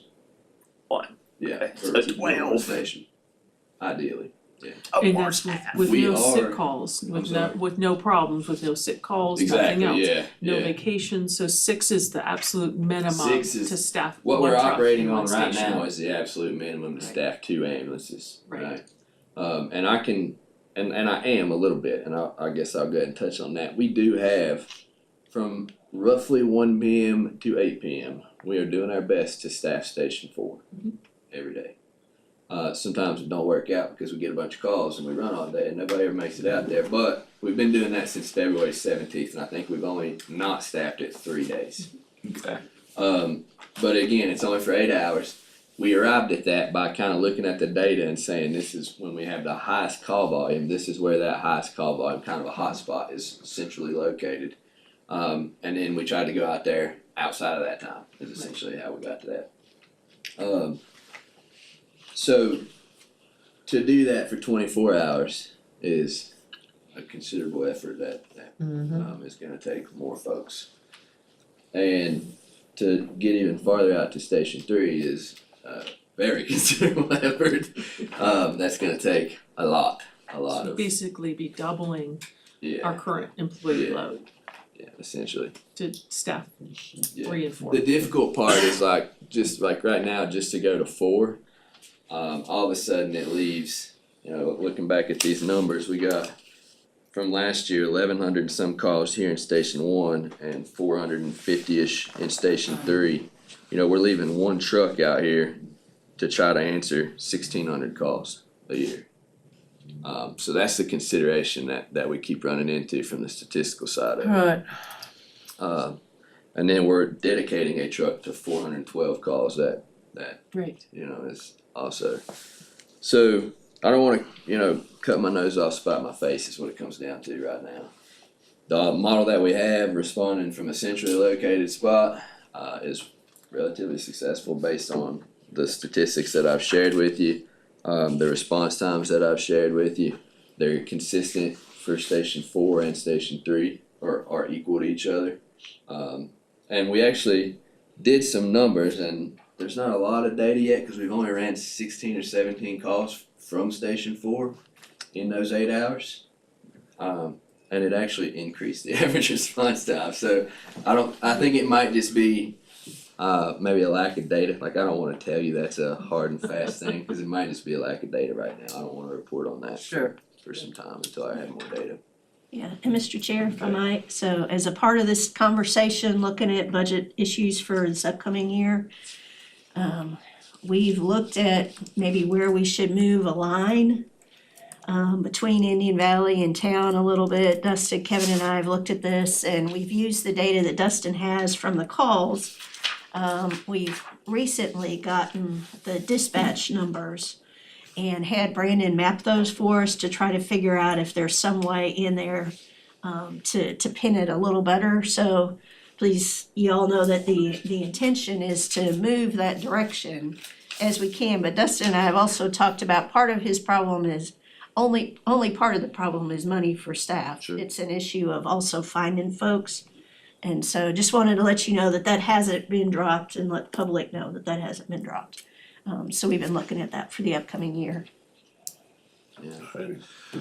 Have you compiled information on the, what I call help, I've fallen and can't get up. Have you broke out how many of those calls are in those numbers? Yeah, so I don't have the data here with me, but it's been I stuff don't need that the we've number looked right at. now. We've looked at data, everything from, how much of their volume is, primary physician, how much of it is nursing home, how much of it is BLS, how much of it's ALS, how much of it's FALS, how much of it's, we've broke it out about as many ways as we can to try to attack this thing, and we've talked about different ideas. We just haven't landed on the answer yet. It's such a complex issue that. Yeah. That's where I wanted to go. We Yeah. had talked about manning a, Gravity truck. yeah, Yeah, and it would need somebody, of course, that can assess the person. Sure. To see if an ambulance needs to be dispatched. right. So the current model that we have right now that's operational is just 2 ALS ambulances, right? And then I'm here from 8 to 4 most days. Right. And then looking forward, we're thinking we can move a vehicle to an outlying station, which is wherever that ends up being. And by vehicle, I mean an ambulance with a crew on it. We can keep one here. We're looking at trying to be able to add, which we can do it intermittently now. And when I say intermittently, I mean maybe 7 to 10 days a month. Having a 5th person here for like a QRV or something like that.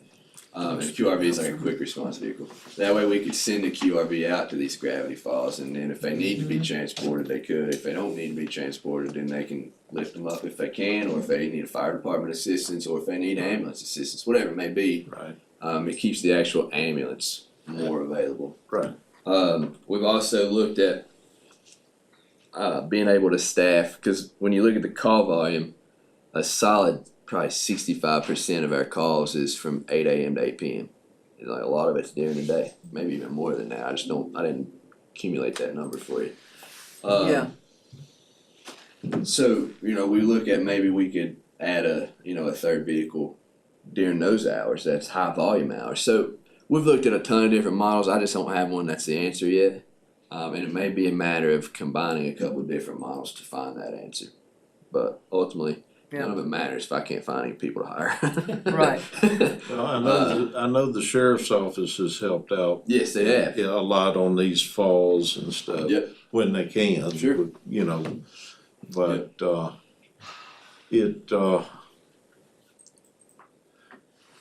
I guess this is more for you, but it may be him. Last month I gave you that mailer that came to me. Yes, that's Wednesday. I'm scheduled to go. Oh, okay. Uh-huh. So This is coming you'll be Wednesday. finding out what that is. Yep. And what services they're supposedly offering. Is it just a transport, or is it another, or are they actually gonna be providing medical attention? You know what he's talking about, right? No. I didn't, yeah, that's why I'm Well, asking, so. Well, That's okay. it came through the mail and Right. it's some kind of get together. It's the organization is called MASA, M-A-S-A. Okay. And so it looks like it's like a lifelike kind of insurance, but maybe more. Gotcha. And so they are not willing to say much over the phone. They say you have to come to the thing, to their session and hear their pitch. So I've signed up for Wednesday. But if they're. Tomorrow? Yes. Well, but my question is, if they're providing medical attention and that sort of stuff, is this something that would go through dispatch, or is this something that the individual would just call this company? It appears from looking at their website, cause I did look that up a little bit, it is more around almost like an insurance as opposed to a service. Actual service? Yes, Okay. so I think it's more covering folks that may not have insurance or, but we'll see when I go to the Okay, well, I was presentation. just curious. That's what it If looked I like. might, this is something I'm very familiar with, not this outfit, but where we lived in California, there were these also this kind of service.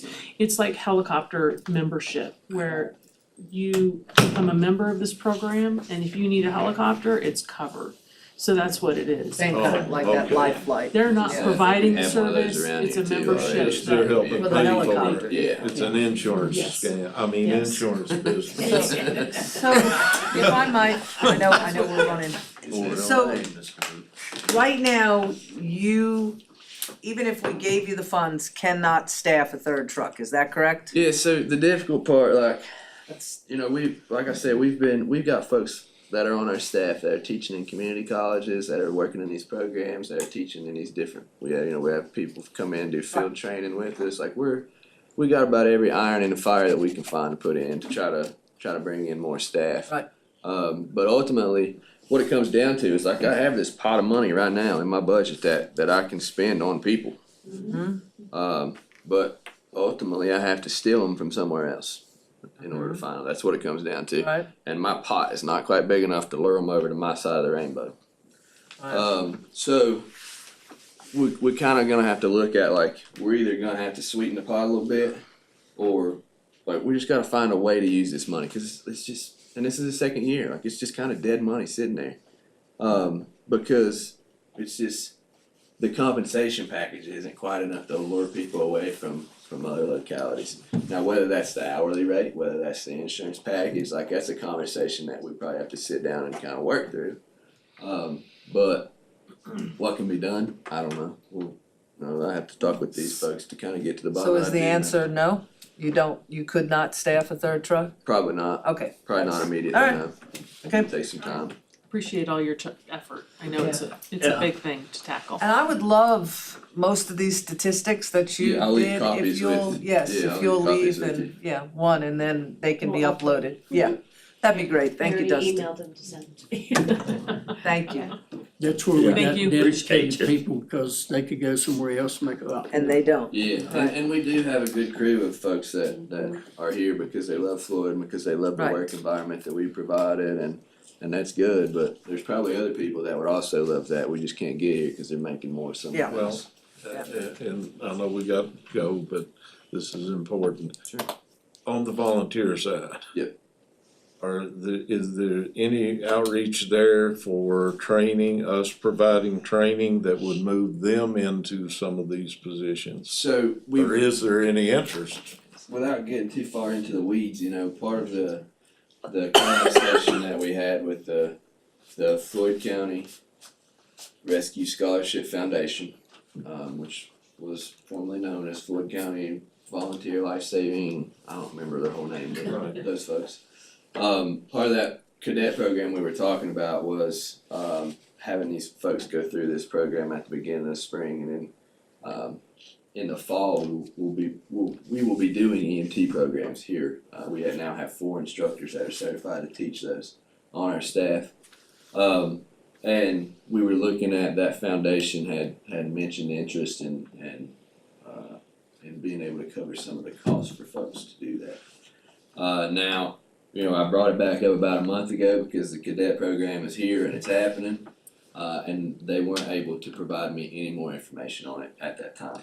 Well, I'm not talking about from the money aspect. So I understand, but that was one avenue that we were pursuing to try to alleviate the financial burden, because it is about $600 or $700 generally for an EMT class, and it may be going up more since then. That was a couple of years ago was the last time that I had any interest in that. So from the county standpoint, we do not have a current program that the county subsidizes or provides to these folks for training.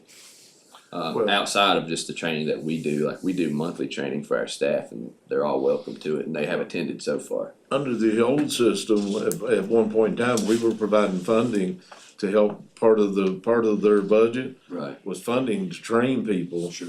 Then they were supposed to stay with the volunteers, but Right. of course, once they got their training, they got jobs somewhere else. But Yeah. I'm talking about the volunteers that we have right now. Or is there any interest in them going through the proper training to become a paid staff member? I think, so we have hired one out of that pool already. There was 8. We hired him in So you're January. already exploring that. Yep, so we're following that. I will say, with all of the tumultuous conversation that's been had about EMS and rescue lately, we have really been trying to share the volunteer opportunity in as many places, especially where that conversation's being had, and we have received 0 applications from it. Okay. We give them an option early on, didn't we? to come over to the Yes, table? we did, from the very beginning, that was Yes. part of the conversation, from the very beginning was to continue at the same capacity they were doing, just under a new group with some little higher quality regulation standards. And That's what I needed you to say. Sure. I appreciate the transparency in He didn't come that. from you, not us. I appreciate that, cause I saw that. Like I said, if you guys need anything, let me know. If you have any questions, Thank you, reach out to me. thank you for everything. Yes, thank you for all you're doing. Good job with Please stay happy and don't go nowhere. Well, good job with your summertime's basketball coming, and I too. like to be outside.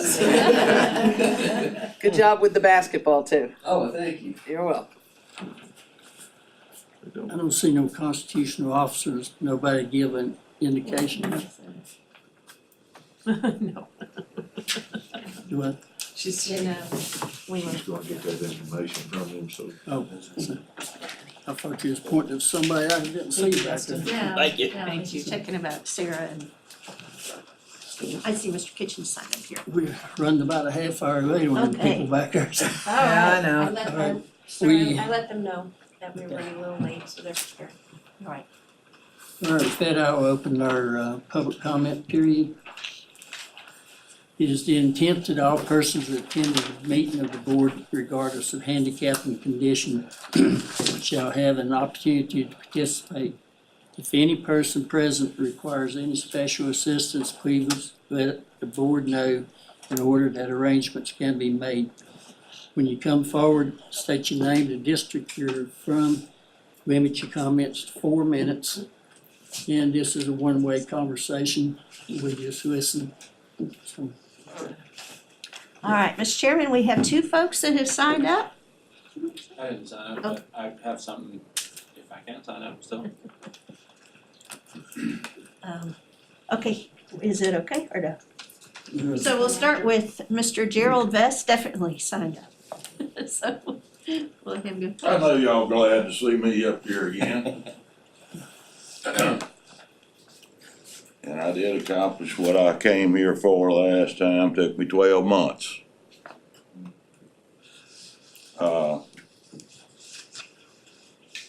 As you know, the weather canceled your meeting on the 11th last month. And a lot of people showed up here on the 25th that was pretty upset about the tax increases. But your agenda didn't allow us to talk about that. So I'm gonna have to gather up my group again and get enough people here, because I'm wasting my time standing here trying to convince y'all that you raised your taxes too much. One of my properties went up 98%, doubled. And so, my land is not worth $12,500 an acre. But I'm not gonna argue about it with you or talk to you about it, because like I said, I'm here by myself this time, so we're gonna have to work on that. I think the questions I had about the rescue squads was kinda answered by Justin. Or Dustin, I'm sorry. So it looks like maybe the money could be available for other people, but we don't have the people. So can we encourage in some way in this county, encourage that through the school system, through the media, to see if we can get some volunteers? You know, I was an EMT when I worked. I'm probably too old to run calls now, I don't know that I am, but anyway, that's important. We got a Station 3 that's sitting empty, trucks, and you know who donated the land for it. Mm-hmm. Donated it. And the citizens in the county have donated a lot of money to help support the rescue squads over the years. And I've seen, in the years I've lived here, and that's all my life, I've seen miracles. Many, many, many lives saved by the people that didn't even get any, they don't get paid for it, they do it out of the goodness of their heart. So I think if we could continue to have the idea that maybe the money's available maybe we need to work on how we can get them. See if we can encourage that. And I don't know if the school system would be interested in trying to do that, whether there's other ways we can do fundraisers or whatever. But it sounds like we could probably come up with the money. We just need some people. But I'm down there 2.5 miles from mine. And I'm gonna have to wait 25 minutes to get if I fall out with a heart attack, I'm dead. So, I mean, I know he told us the times that they're estimated times. But this is very important to a lot of people, and I've talked to a lot of people about this, and a lot of people feel like it's one of the services one of the only services that the citizens have. There's a fire department, a rescue squad, and a dumpster. But my taxes doubled, so it seems to me like we ought to be able to keep a rescue squad in our area so that they can respond in half the time. Or what if all of them's tied up? What do we do then? Just wait till we die?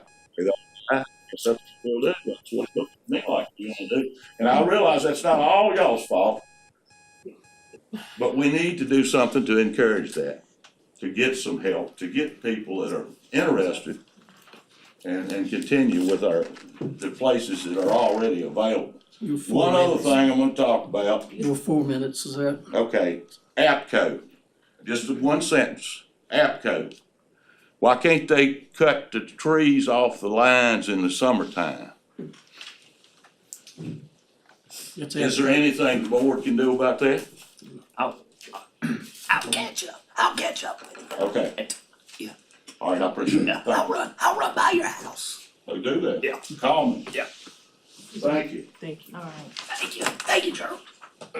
Next on the list, Mr. Chairman, is Paul Kitchen, Little River District. Good morning, Mr. Chairman, members of the Board of Supervisors, administrative staff, and fellow citizens. Paul Kitchen with the Little River District. First of all, I want to take this opportunity to express my personal appreciation and my circle of friends, business associates, etc., and how much they appreciate the work that you do. It's difficult, and I know that you've been under the gun. There's one specific thing I want to mention. During the hearing in which you heard many people talking about the land division ordinance, a couple of you were charged with corruption and your resignations were asked for. I have known this group for a number of years now. I've attended meetings, I read the minutes, and I have seen nothing that indicates that you do nothing personal. You put self second, you put the county first. And I know that you are not corrupt in any way, shape, or form. And I just wanted to let you know that I think the individual that did that was out of order and it was inappropriate behavior during one of these meetings. So thank you. I've heard these people talking about their taxes and how they've been increased or doubled. That's not correct, is it? The tax rates have not changed. The only thing that has happened is that you have reassessed property value. So all of our net worths have changed. No taxes have changed. Nobody's taxes have been doubled. I know there's even laws within Virginia which limits what you can do in terms of taxes in the year in which assessments are done. So all of these arguments are out of place. For whatever reason, I don't know. But please, members of our community there, and understand that there has been no change to your taxes yet. And I know that when the time comes and the budget process begins, that you will take into account the needs of the community and that you will taxes in accordance to make sure that those needs are met. And I appreciate that as well. So I'm gonna flip my hat from citizen to electoral board. Real quickly, I'm gonna ask that we be put on the April 8th agenda. And the reason for that is there's a lot going on when it comes to election. And starting with this week, we're gonna have our electoral board meeting, which we're gonna start planning for the upcoming primary election. We have a meeting with Dr. Millsaps and Mark Bolts on the 17th to start discussing relocation of our current facility for our Office of Election. At the end of March, we have a 3-day conference with all of the electoral board members from around the state, and there'll be lots of new and exciting information from that. And also law. By March 24th, the governor has to act on all of his legislation which is on his table, and there will be some changes to election law as well. And we would like to give you a business update as to where we stand with all of this and how it's gonna impact us going forward.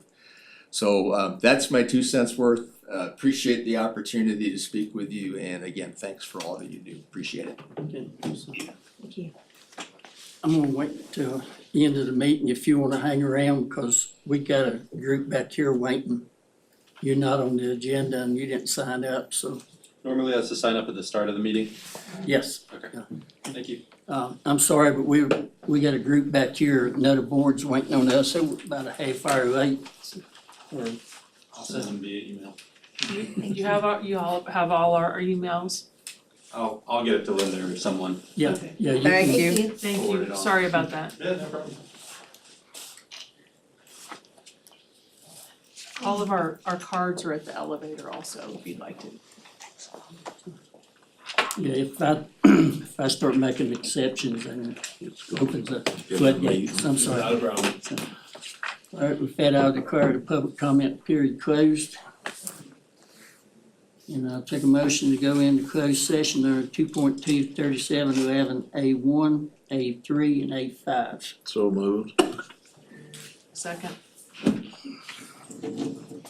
All right, on the motion to go into closed session under 2.23711 A1, discussion, consideration, or interviews of prospective candidates for employment, assignment, appointment, or promotion, performance, demotion, salaries, disciplining, or resignation of specific public officers, appointees, or employees of any public body, and evaluation of performance of departments or schools of public institutions of higher education where such an evaluation necessary to involve discussion of the performance of specific individuals. It has to do with personnel. 2.23711 A3, discussion or consideration of the acquisition of real property for a public purpose or of the disposition of publicly held real property where discussion in an open meeting would adversely affect the bargaining position or negotiating strategy of the public body, technology company. And 2.23711 A5, discussion concerning a prospective business or industry or the expansion of an existing business or industry where no previous announcement has been made of the business's or industry's interest in locating or expanding its facilities in the community, and that's also technology company. Mr. Booth? Before you call the roll, Sir? I wanna move A to the bottom, do B and C A1, first. yeah, right. Yeah. Yeah, right. Yeah. Okay, fair enough. Yeah. With that, Mr. Booth? Doesn't matter. Yes. Ms. Bechtel? Yes. All right. Excuse me, Mr. Cox? Yes. Ms. Cookenbook? Yes. And Mr. Terman? Yes. All right, Does thank- matter.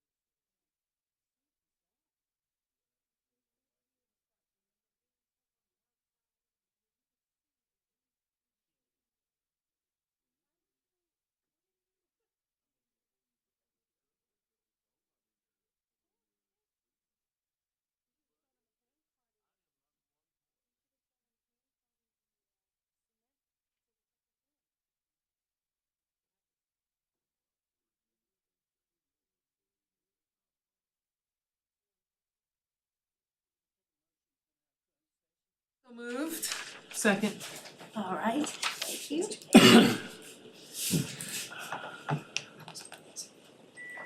On the motion to come out of closed session, Ms. Cookiebuck, Yes. Ms. Bechtel, Yes. Mr. Cox, Yes. Mr. Booth, Yes. and Mr. Turman. Yes, All right, I take a motion certifying that we only discussed those things we went into closed session for. So moved. Second. all right. All right, on the motion to certify that you all only are, well, and those of us who are collectively there for different parts, only talked about the things that you were supposed to talk about in closed session. Mr. Booth, Yes. Mr. Cox, Yes. Ms. Bechtel, Yes. Ms. Cookiebuck, Yes. and Mr. Turman. Yes. All right, thank you.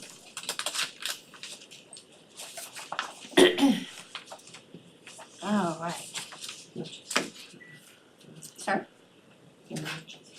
Lunch is here? So we could Yes. eat lunch, or we could just power through and then eat lunch, whatever you wanna I think do. some of them want a bathroom break. Yep. so we'll Okay, go ahead very and- That would be lovely. And All right. we'll eat and then come back in. Okay. I'm gonna find Gerald.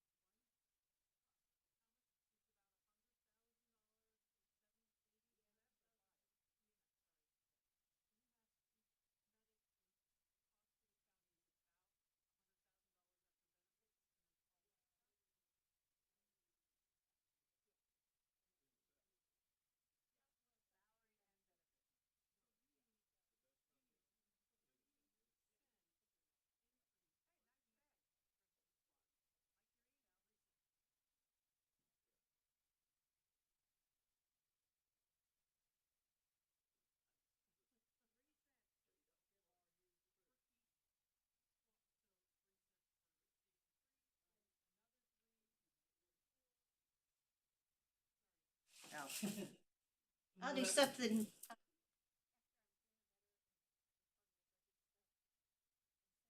See if you like it, a nice little write-up again, so you can hand it out. Yeah. Put it on We're ready. Facebook. We'll be On back in Facebook, and I'll session. give you paper copies so you can keep this. Is that- All right, Alright, sorry. go down to old business now, so. All right. Yep, thank you.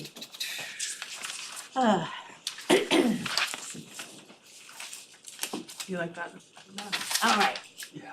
All right. Are you ready? Yeah, we're on. Good, okay. All right, Ms. Chair. So moving on to old business. I guess that's me, if that's all right. I wanted to continue to give you updates because we're so close to the end on NG 911 and EMD. And so on the NG 911, which of course that's what allows you to be located lat and long if you call in 911 to dispatch. And so that takes care of some of the addressing concerns. So we are technically live on NG 911 now. So wanted to make sure that you all knew that was done. Kevin and the sheriff's office and dispatch have worked really hard on making sure we did that. Did it require anything from Danny? A lot. A lot, sorry Danny. Danny, sorry Danny, thank you. No, I mean, I didn't mean that as that, I was just wondering. That's where the extra gray streaks come from. That's Yeah, right. right. Danny's really 12, but. No, but I Yes, guess, it yeah, it did have a lot to do with IT. Yeah, Well, in a roundabout way. Yeah. right, Yeah. right. Yeah. Yeah. It's working better than it ever has worked, is what they told me. Excellent, And it worked that's 2 weeks great ago. news. Yeah, sorry. Good job, Danny, Good to thank meet you. May I ask a question about the NG 911? How does that work with VPNs if you're making a phone? If you're making a phone Now call we're with gonna a, look at the IT guy, cause I don't know. Yeah, VPN's gonna make your location way off. So the one thing that we were having issues with, I don't know if it's been fixed yet, so I will look to Danny, so thank you for that. Still having some issues with text to 911. Correct. And so, but working through that, but otherwise, it's pretty much as good as it's gonna get. And backup 911 as well, so, Which All right. we didn't have, which we did not. so now there's We didn't backup. have a consistent, Yes. consistent. Lots Yeah. of things are working better than they have for many years. Put it That's that way. Yeah, and I will say there was a lot of folks, including Danny and Kevin and the sheriff himself in pulling and moving stuff around on the Right. weekends and the evenings and stuff. So Great. really appreciate everybody's work on all that to get that done. Yeah. EMD, a little more complicated. So we have done all of the medical training is needed. So there's kind of a couple of pieces related on EMD. So part of it is that the dispatch staff has to all meet a certain level of education related to, you know, what to do, and they have procedures and all those kind of things, but we've now gotten it so all of the necessary staff has been trained, and we were actually able to do that in-house with with Dustin and Jesse and those folks, so Right. that was really helpful. We still have some work to do on build out, and the next thing is we're doing a test run. And then one other item that I know of for sure that needs to be done is there was an initial form that needed to be filled out and signed by Dr. Patterson. That Right. was completed some time ago. Once Lucas turns in certain forms and is able to check certain boxes, then the vendor called, ironically, APCO, which is not the power company. Nonetheless, they will send him another form that Dr. Patterson and Dustin will meet and walk through, and then that's kind of the last part on the county admin side of that, and that will complete all of that. There's still, like I said, some build out and some test runs that need to go there, so that one's a little bit further behind than NG 911, but still moving in the right direction. And Dustin has a meeting with Dr. Patterson. They kind of have a standing monthly meeting as it is. So they have a plan to get together later this week, and if that form's available, then he'll go ahead and sign off, because Great. believe that's all ready to go. And that's important because we also have to report to the state We got a grant, of course, to help with NG 911 and the EMD stuff, and so we've gotten extension upon extension on that. And so, we are pretty close to be able to closing that out, so wanted to let Excellent. you know that good news. Who's handling the reporting back on the grant? Well, it turns out that really the grant was drafted and the reporting is having to come through EMS and our public safety, Okay, but most of the work actually has to be done on the other side of the house, so they're having to work together on that. what other side? do you So Lucas and Dispatch, you're right. dispatch, Yeah, the right. sheriff's office. mean? Okay, Yeah, so all it's right, well, kind of, great. it's Well, a well, combined good, effort. at least, yeah, Yeah, all right, good, yeah, so that's been good. yeah. And it's good that Lucas has been back, so that's helpful as well. So, and that's the grant opportunity, just to let you know that we took care of that. If I might, Mr. Chair, move on to new business. The EDA vacancy, of course, you all are aware, but wanted to make sure we let the public know that we have a vacancy now on the EDA. And we are all queued up with all the advertising and all that like you normally want, but wanted to make sure we announced it in a public meeting. Sorry? Oh, Oh, okay. Sorry. No, you're fine. oh, you done emailed him, okay. So, and I understand there are several folks that may have interest, so I Alright. think you'll have some Good. good options depending which directions you'd like to go. Next, we have the recycling box truck, and we listed that as an action item. We were hopeful that you all would nod as you did. We would ask from our perspective here, we will have to go out to bid on Yeah. that. So the numbers that you heard and have seen are kind of what the research has been up to this point about how much it would be, but we will technically have to go out to bid because of the size of it and what your small procurement policy is. And so given that, wondering if we could get an actual action item that includes a cap of up to, and my most recent driver here would suggest 65,000 is a good place to go. You ready? Yes, who wants to do it? I'll do it. Okay. I'd like to make a motion for staff to research and potentially buy a new box truck. A newly acquired box truck, not brand Going new. out to bid? Going out to bid, and cap of $65,000, appropriate signatures if needed. I'll second that. Just a quick question, real quick. What funds are we using to pay for it? Well, you have contingency funds. You have some, Funds in other places. yes, please. Through audit process and things of that nature and a little bit of history, we've acquired a general ledger line that's unfortunately over the last couple of years just kind of, because it's always been done that way, and questions have been answered.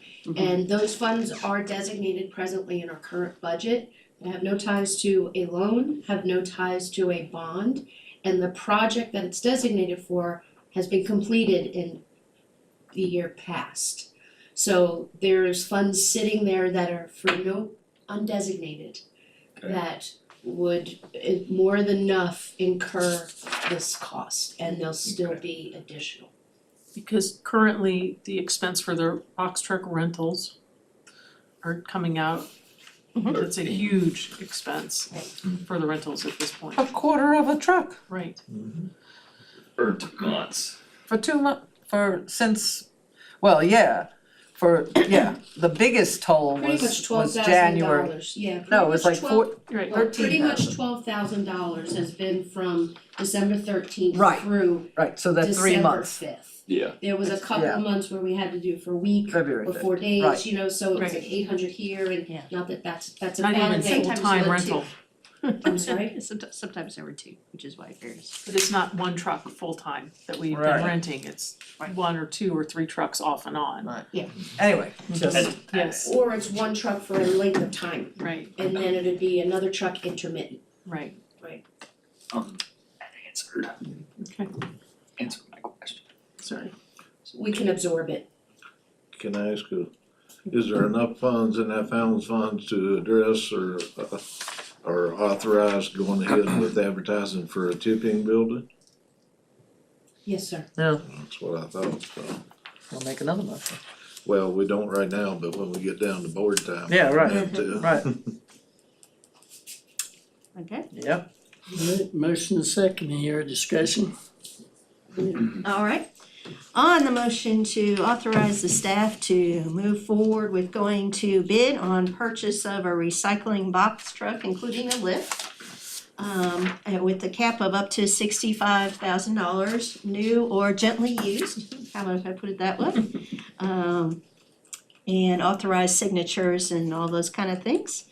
Ms. Bechtel, Yes. Ms. Cookenbook, Yes. Mr. Cox, Yes. Mr. Booth, Well, one clarification, is that include go ahead and purchasing the truck if it's under the 65? Mm-hmm. Yes, okay, thank you. Thank you. Mr. Turner. Yes. I just wanted to make sure. Right. I don't know, did you say yes? You said yes. Yes. Okay, Yes. yes. Good yes. Thank you. Good enough, we didn't get to vote. All right, get it out. Next, I wanted to just let you know ahead of time about some upcoming grant opportunities we become aware of and make sure that the general sense of the board was to move forward with these potentially. These two have come up specifically related to post-hurricane relief. The first one is an outdoor recreation roundtable, rebuilding and recovery mini grants. So essentially what it would allow us to do, and there's no match required on it, is basically $5,000 to $10,000 for cleanup and repair of existing trails and other outdoor facilities that we already have. So there's not a ton of those, but if unless there's any objection, that we would go ahead and, I make a motion that we authorize staff to apply, it's outdoor recreation roundtable, Mhm. rebuilding and recovery micro grants to apply for grants to recover costs or pay for cleanup from the Helen storm. Clean. And this is for county-owned properties. Yes. Second. all right, Any other discussion? all right. On the motion to authorize staff to go ahead with applying for the outdoor recreation roundtable, rebuilding and recovery micro grants for Hurricane Helene impacted recreation communities. Mr. Booth, Yes. Ms. Cookenbook, Yes.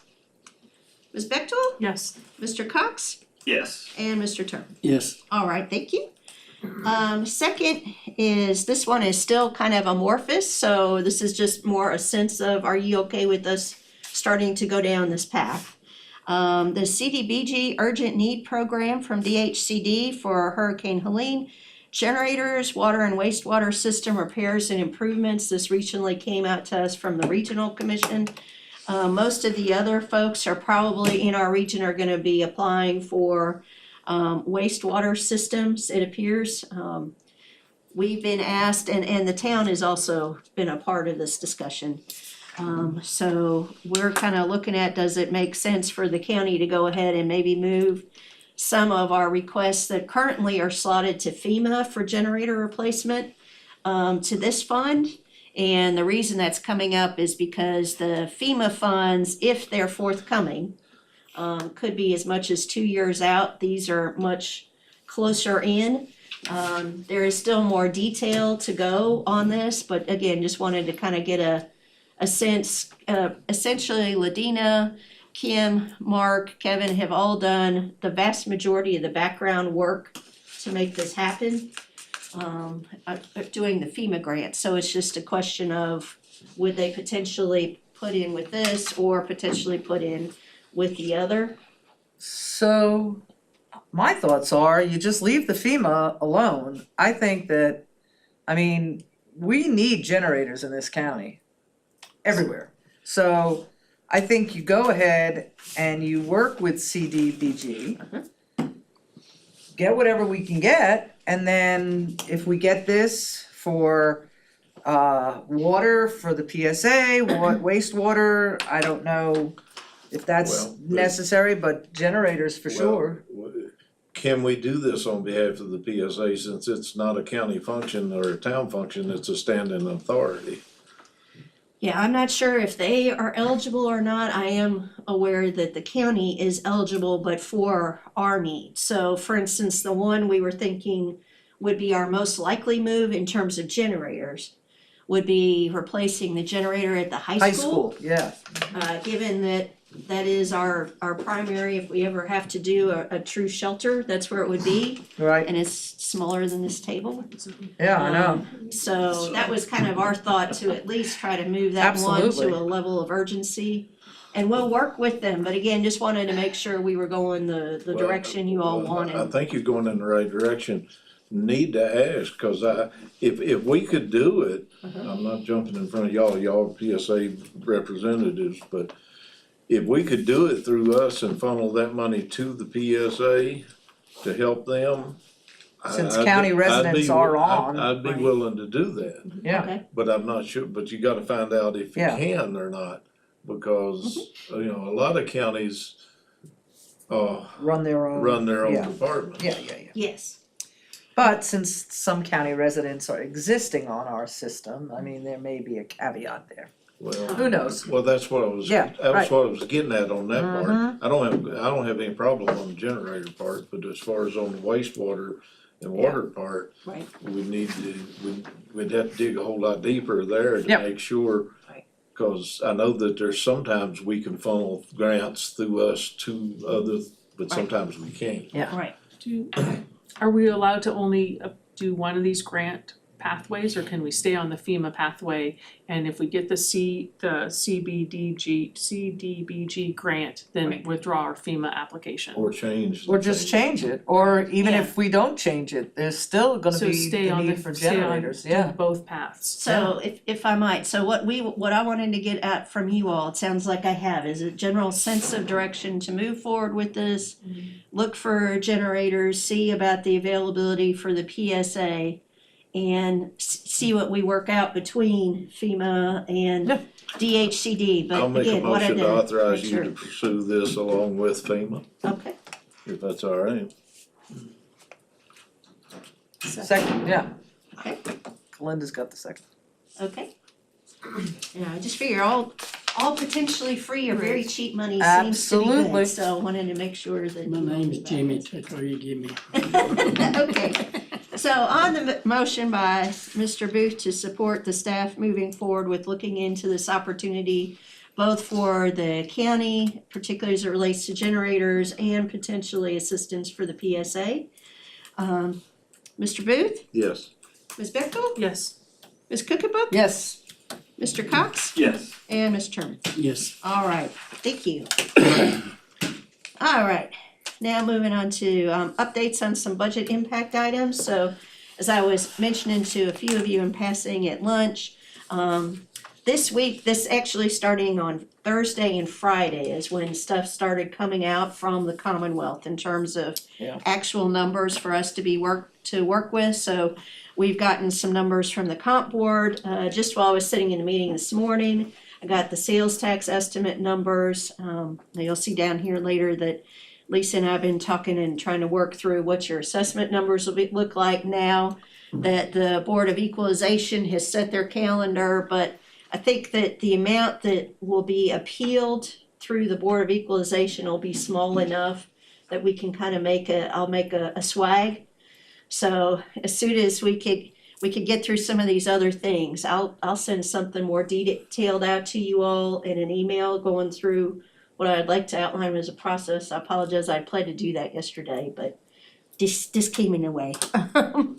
But in any case, wanted to let you know, and I will send out a doodle poll with some suggested dates for budget meetings. My sense is, at least historically, that you all have liked Tuesday, Thursday meetings, preferably beginning of the day. Or extending one of your existing meeting days. Okay. So I will go ahead and work that backwards and send you some proposals for that. And do that just here in the next 2 days. Apologies, couldn't get that done yesterday. But in any case, so we feel like we're really close on those. We still have some audit items. But when I get to that update, we'll talk about that a little bit more. But I think we just have many things that are finally starting to coalesce. So Kim and I can really change our. This? Oh, okay, yeah, thank you. And Kim was reminding me, related to that, we have a couple of insurance-related items. So this is our good news on the budget side, I can say. You will see in your packet some information about our insurance rates, both for health insurance and workers' comp. And they are dramatically better than they have been for some time. We have not forgotten you all's desire to also look at a different vendor. And so we will continue to pursue that. But this is what we got kind of automatically from our current vendor. So those will be the basis that we'll be able to start budgeting. And again, those have all come in very recently as well. It's very exciting that those numbers are chilled out a little bit. Yeah. And I will say a lot of that has to do with getting our insurance company to become much more proactive partners with us in this process, particularly as it relates to workman's comp. They've been working very closely with us on some of our cases and in a way they hadn't before, so really appreciative of that. We've also had some significant changes in our health insurance outlook. So that's made a difference as well. So wanted to let you know about those things and go from there. And then, Mr. Chair, we go to board time and then my long report, which I'll keep short. Agree with board time, whoever wants to start. I'll jump in. First thing, if I could, did we ever get a final third quarter report on last year on sales tax? You know, we were talking about around a certain festival. Third quarter, Financial impact, yeah. yeah. Well, just sometime, just not right now. I'd like to see those numbers compared to the previous third quarter, just to. Right. Cause that's finishing up the end of our tourist season, so, but I just wanted to see how Yeah, much. June to September. Yeah. You're welcome. The other thing is the tipping building. I think given the fact that we have the funds that will cover this, and they are undesignated, I think we should go ahead and authorize staff to do the whatever the RFP or whatever they have to and see what comes in. Yeah, upwards of what, 25? Well, he said 22. 22, but I'd say. I wasn't gonna assign, get the bids in, then bring them back to us for the final approval, but get the process started. Is that your motion? Yeah, I'll make that motion. Yeah. I'll make a motion that we authorize staff to proceed with, putting out the RFP for a new tipping building.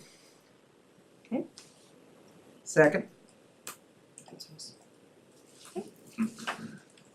All right, on the motion to authorize staff to move forward with a bid for a new tipping building at this transfer station. To move forward with bidding to bring those options back to you all. Mr. Booth? Yes. Ms. Cookenbook? Yes. Ms. Bechtel? Yes. Mr. Cox? Yes. Ms. Sherman? Yes. All right, thank you. We will move forward with that. And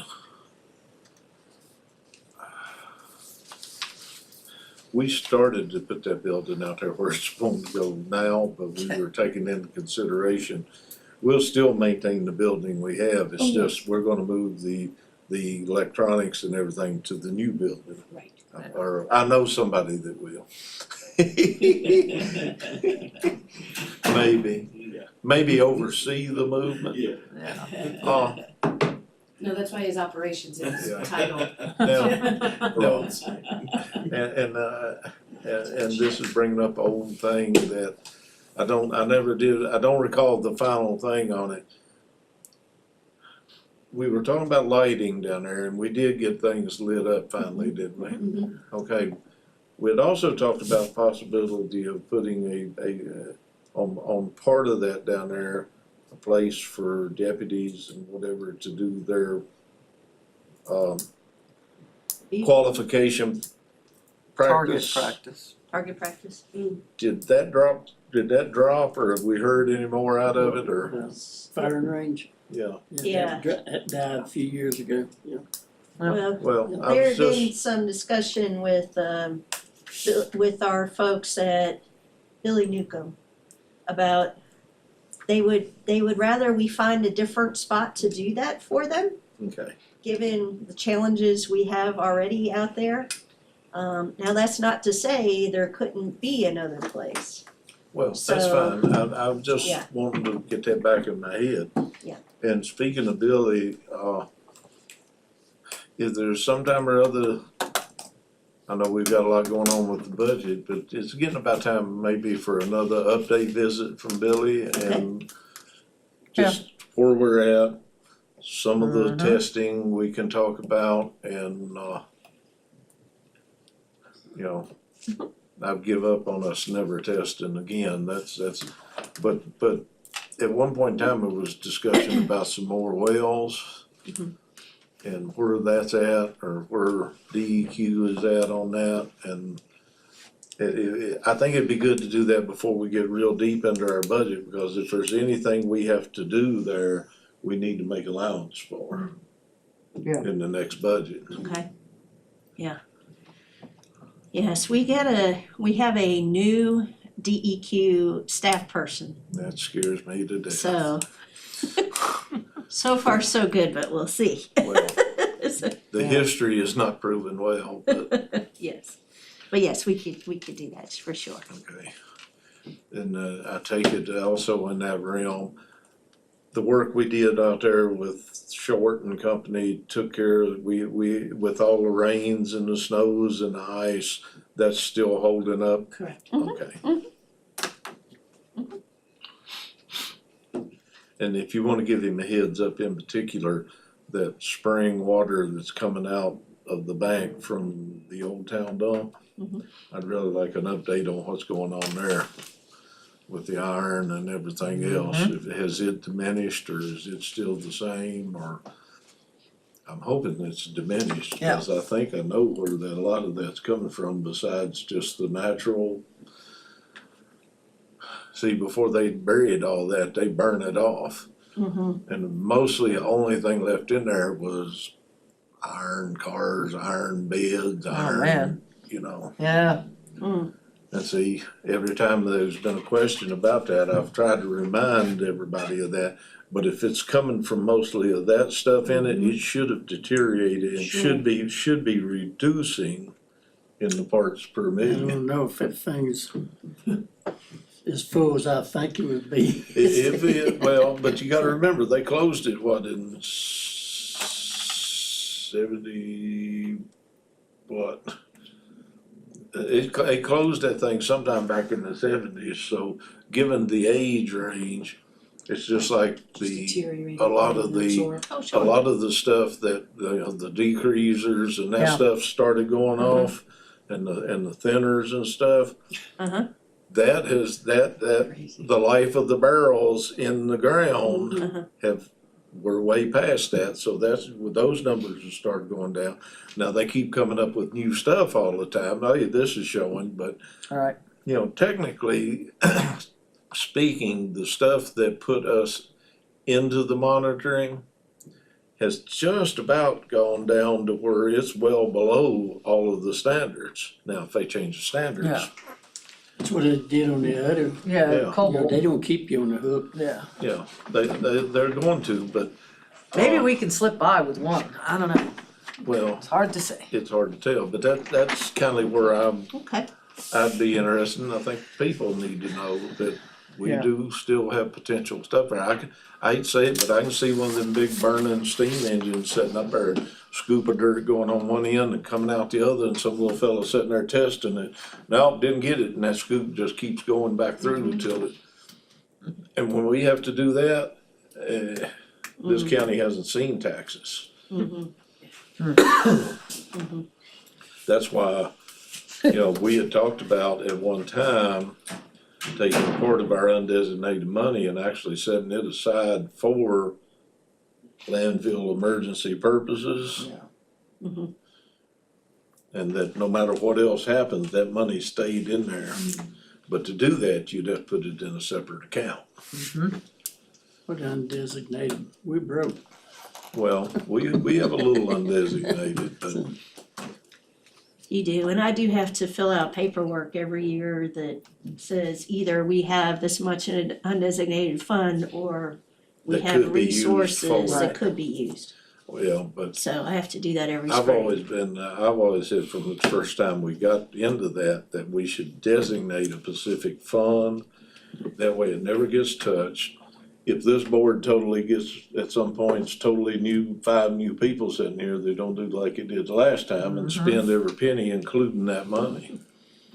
It just makes me nervous. Well, it should, it still makes me nervous.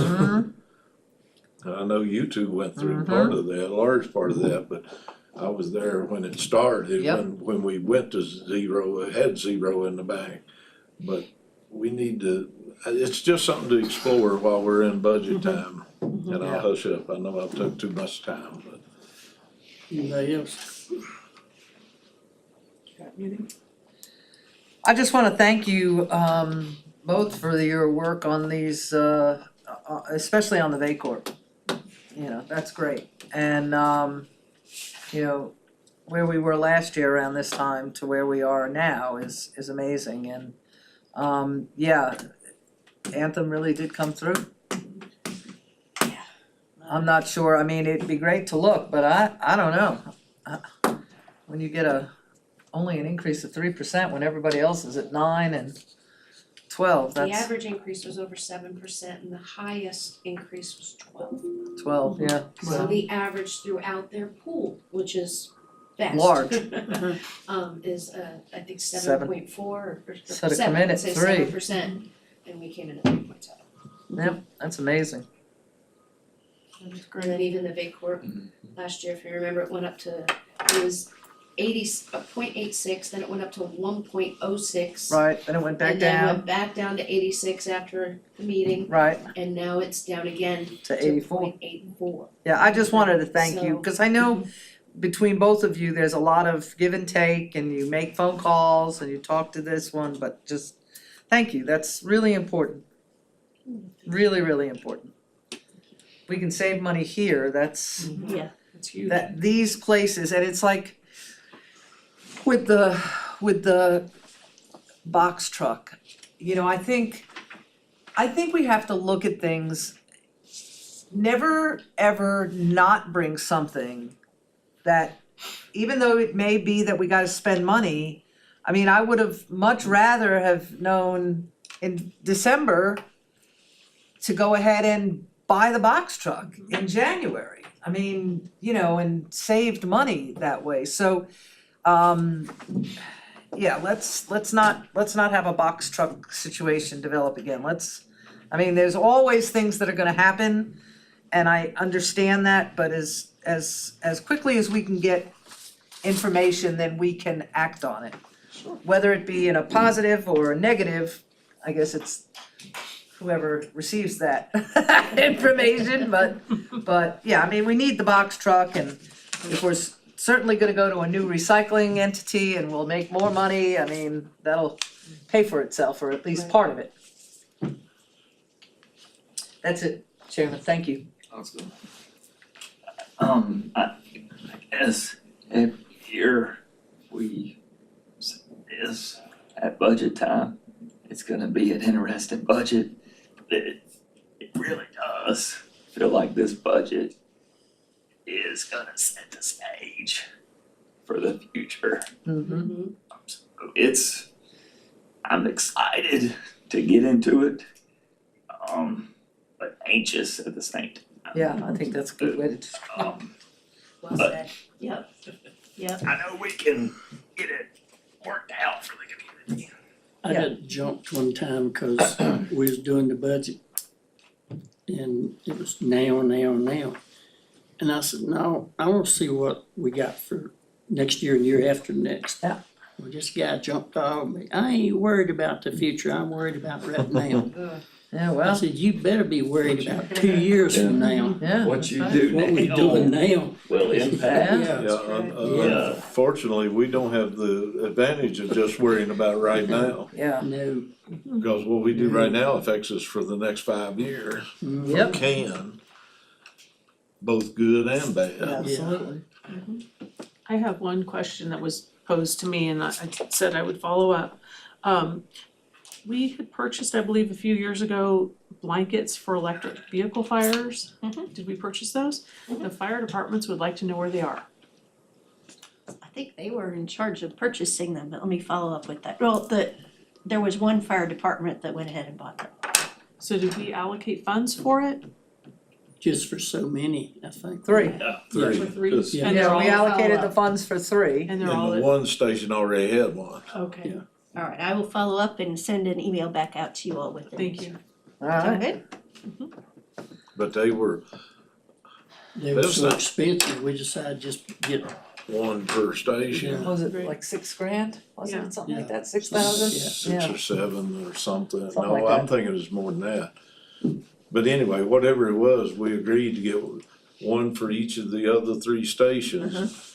And I thought at the time, the leader at the Willis station was the one that we so asked. getting ready to say, need to check with Tony on We've that. asked him, since he had already Yeah. purchased one, to proceed.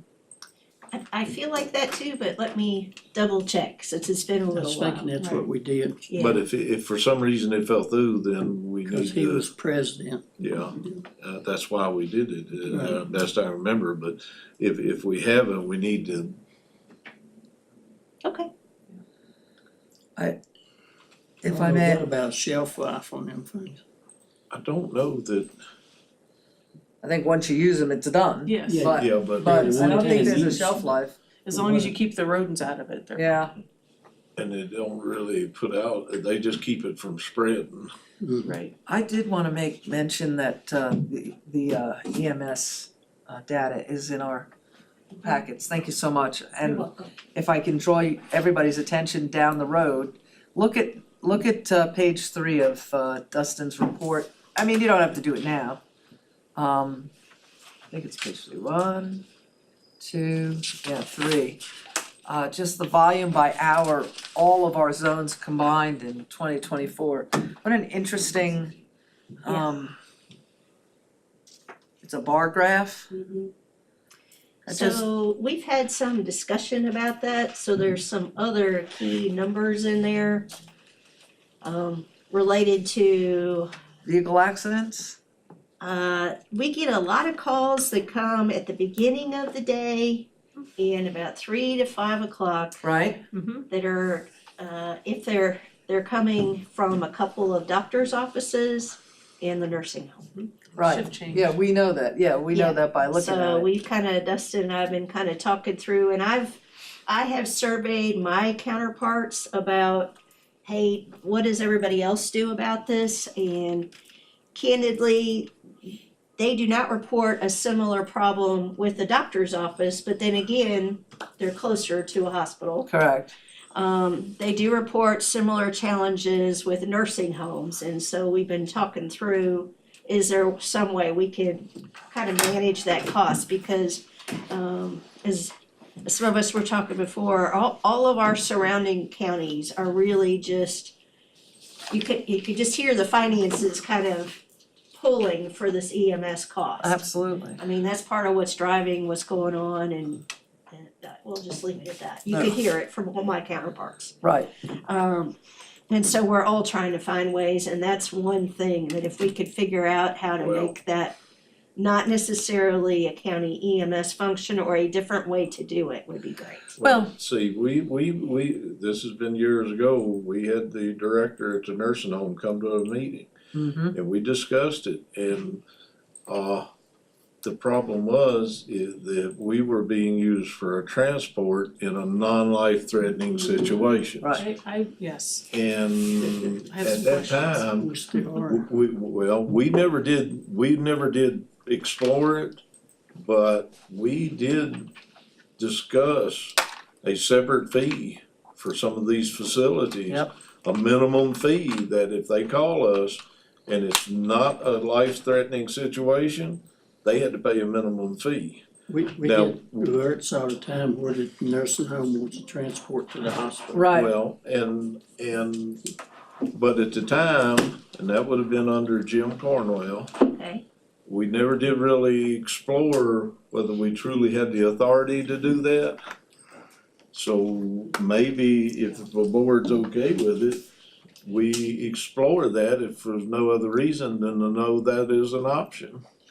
And I hear what you're saying, but there may be somebody, let's say, at one of our doctor's offices that is exhibiting, I mean, they may not having a heart attack at the moment, but have all the signs.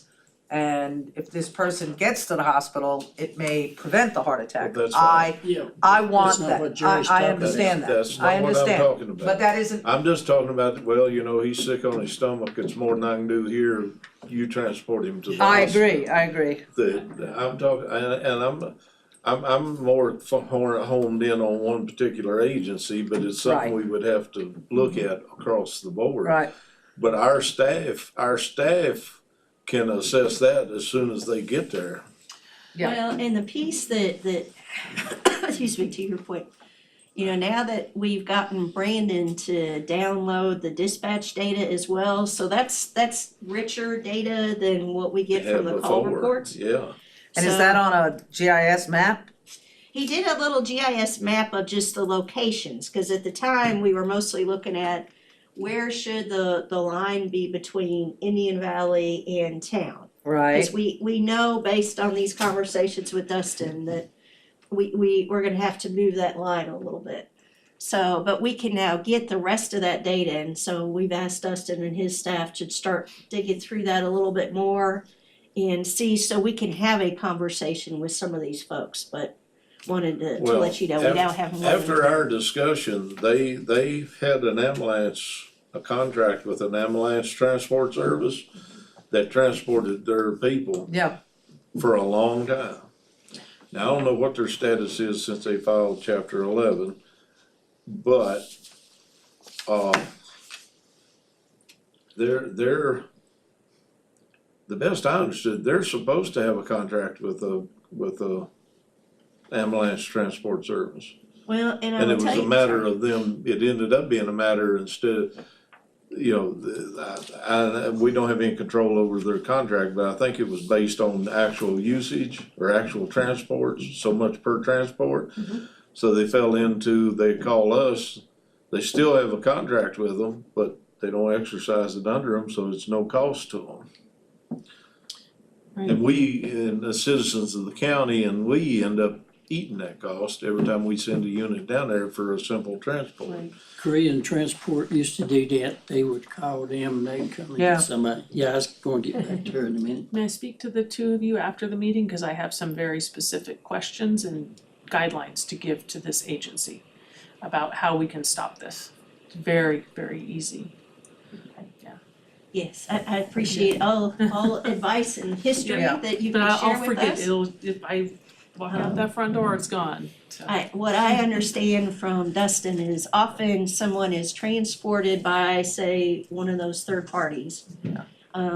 For testing, and then they bring them back, again, third party, but then sometimes depending on what those test results are, that results in an EMS transport, and I think kind of what concerns Dustin and Kevin and I the most is, you know, the cost is of course one factor, but even more significant than that is that's one of our two right, trucks that is now not available to Right. run to this other Exactly. thing. So that's, I think, really where the concern is are some of these in a way that they could be handled differently to keep our EMS crew for truly emergency situations.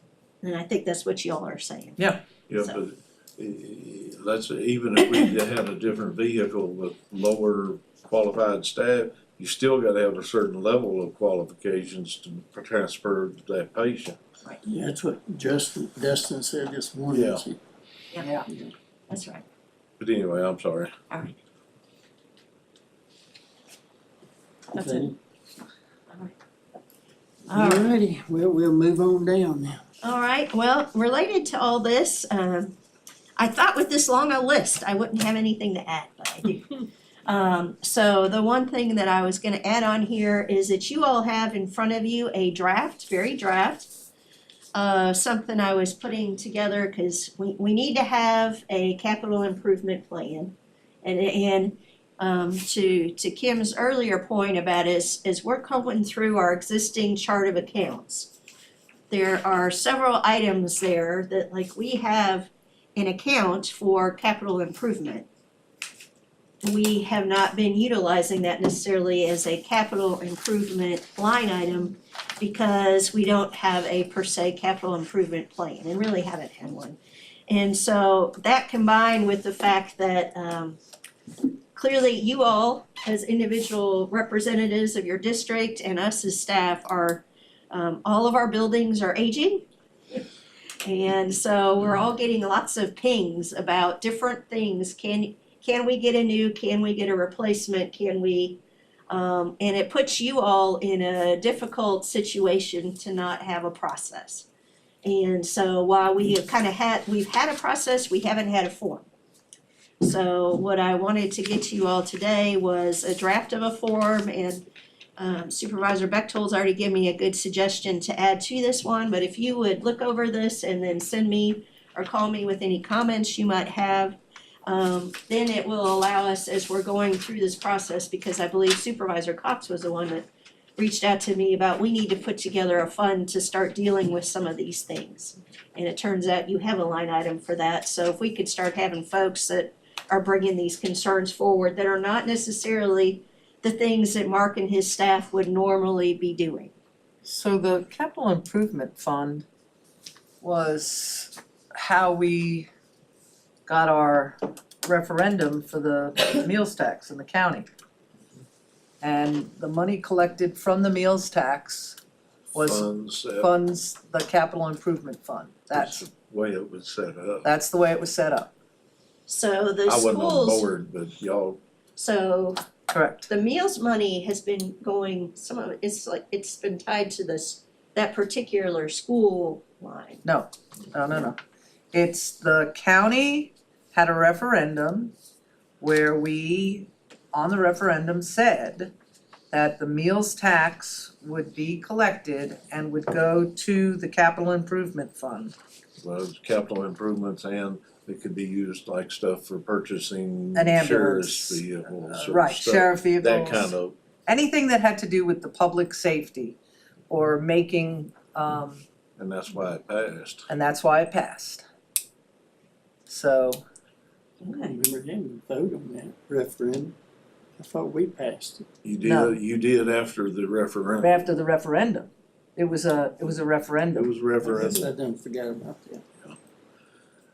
Cause I had several people question me on it, and I said, well, as long as the money's used for what it's proposed. Yep. And from what I understood when I came on board after that, that the county was keeping track of the expenditures and applying it to, well, then, that was what the money was supposed to be used for. I know it went in. We budget for the meals tax on a revenue side, but moving it to an expenditure line or anything to be utilized in that fashion. Well, it went into the general fund. Yes, yes. And then there was, the amount that came in is supposed to correlate with the expenditures for like vehicles or capital improvements and that sort of stuff. That's what I meant by the way it was kept up. Okay. Right. And I don't know if, So nothing's being distributed or moved, any movement on the revenue side from meals tax. So every time annually that would come in, it would default or go into general fund. it'd go into was it? general funds. Right. And then on the billing, it was my understanding, like if you purchased a new car or you did a roof or Nothing's you, been coded as an expenditure item per the meals tax monetary revenue. well, we need to do that We then. can, If yeah. it, to keep the board's promise to Correct. Yeah. the I think people. That's right. We That is do. why I brought it up. Cause that was what the people were told, because prior to that, it was total opposition. That's not a problem, I wasn't aware, so I had Understood. not a Well, I- issue, so I'll That was- revisit the referendum, I I'll bring it guess current I for me. assumed, and we know what that does, Sure, no, it was my understanding, movement. it's kinda like with the fire and rescue fund. right, It goes into general fund, but then, there's supposed to be Yep. things applied that money goes to specifically, and that's all. Right. It's the same thing with the meals tax, I mean, I wasn't on the board, y'all were. That is but- correct, that's why I brought it up.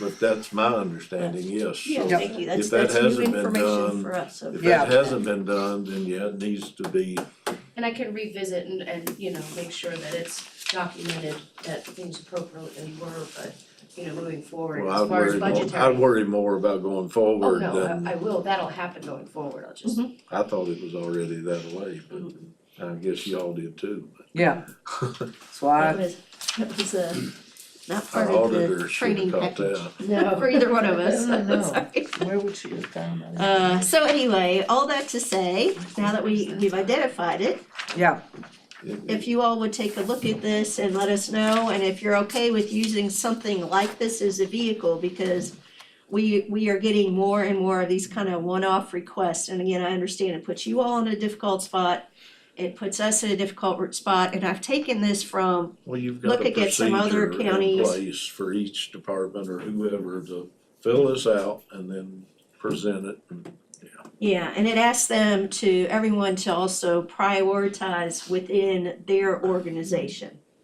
So that should also be helpful to you all in timing and some of those issues, so we could actually build it out a little bit.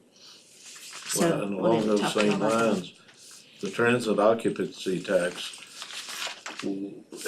that's something if we can look at in the process of the budget. I know if we increase it, we have to increase the expenditure on to the tourism. tourism, yeah. But I could see where our tourism expenses are increasing as well. So, because a lot of those contributions we make to different organizations Mhm. could actually qualify as under the tourism part Mhm. They could, instead of just straight out general funds. But right. Okay, yeah, we will definitely bring that Now- forward as well. I just got one more question about all Sure. that and I'll hush. As far as keeping up, will you have a ledger that you would keep up with the cost associated with that meals tax, or how would you? Yeah. It'd be a ledger entry, okay, That's the cleanest way.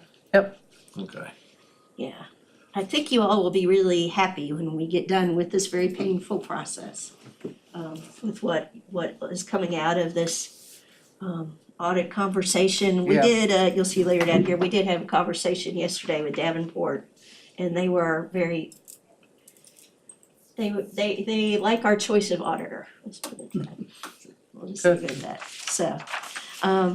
Beyond that, one of the things I was asked to kind of get a sense of you all about grants has to do with fiscal year 26 VDEM grants for PSAPs. And the reason I was asked to get a sense about this is we have to apply by the end of this month for these different ones. So there is very little additional information than what I'll tell you right now, but just to let you have a high level. So GIS and data program funding, that's $5,000, no match, and we currently get that. We'll have to apply for that again. And that pays basically half of what we pay Brandon for all of the GIS work he does for us, related to several different projects. So that's, That's a no-brainer. okay, that's in the PSA education grant, $6,000, again, no match. And that is for dispatch, and that's for special training and conferences to send people from dispatch. Again, up $6,000, no match. Assume that's gonna be good. NG 911 additional funding, version 3, up to $100,000, and this is new, so we're still learning details on it.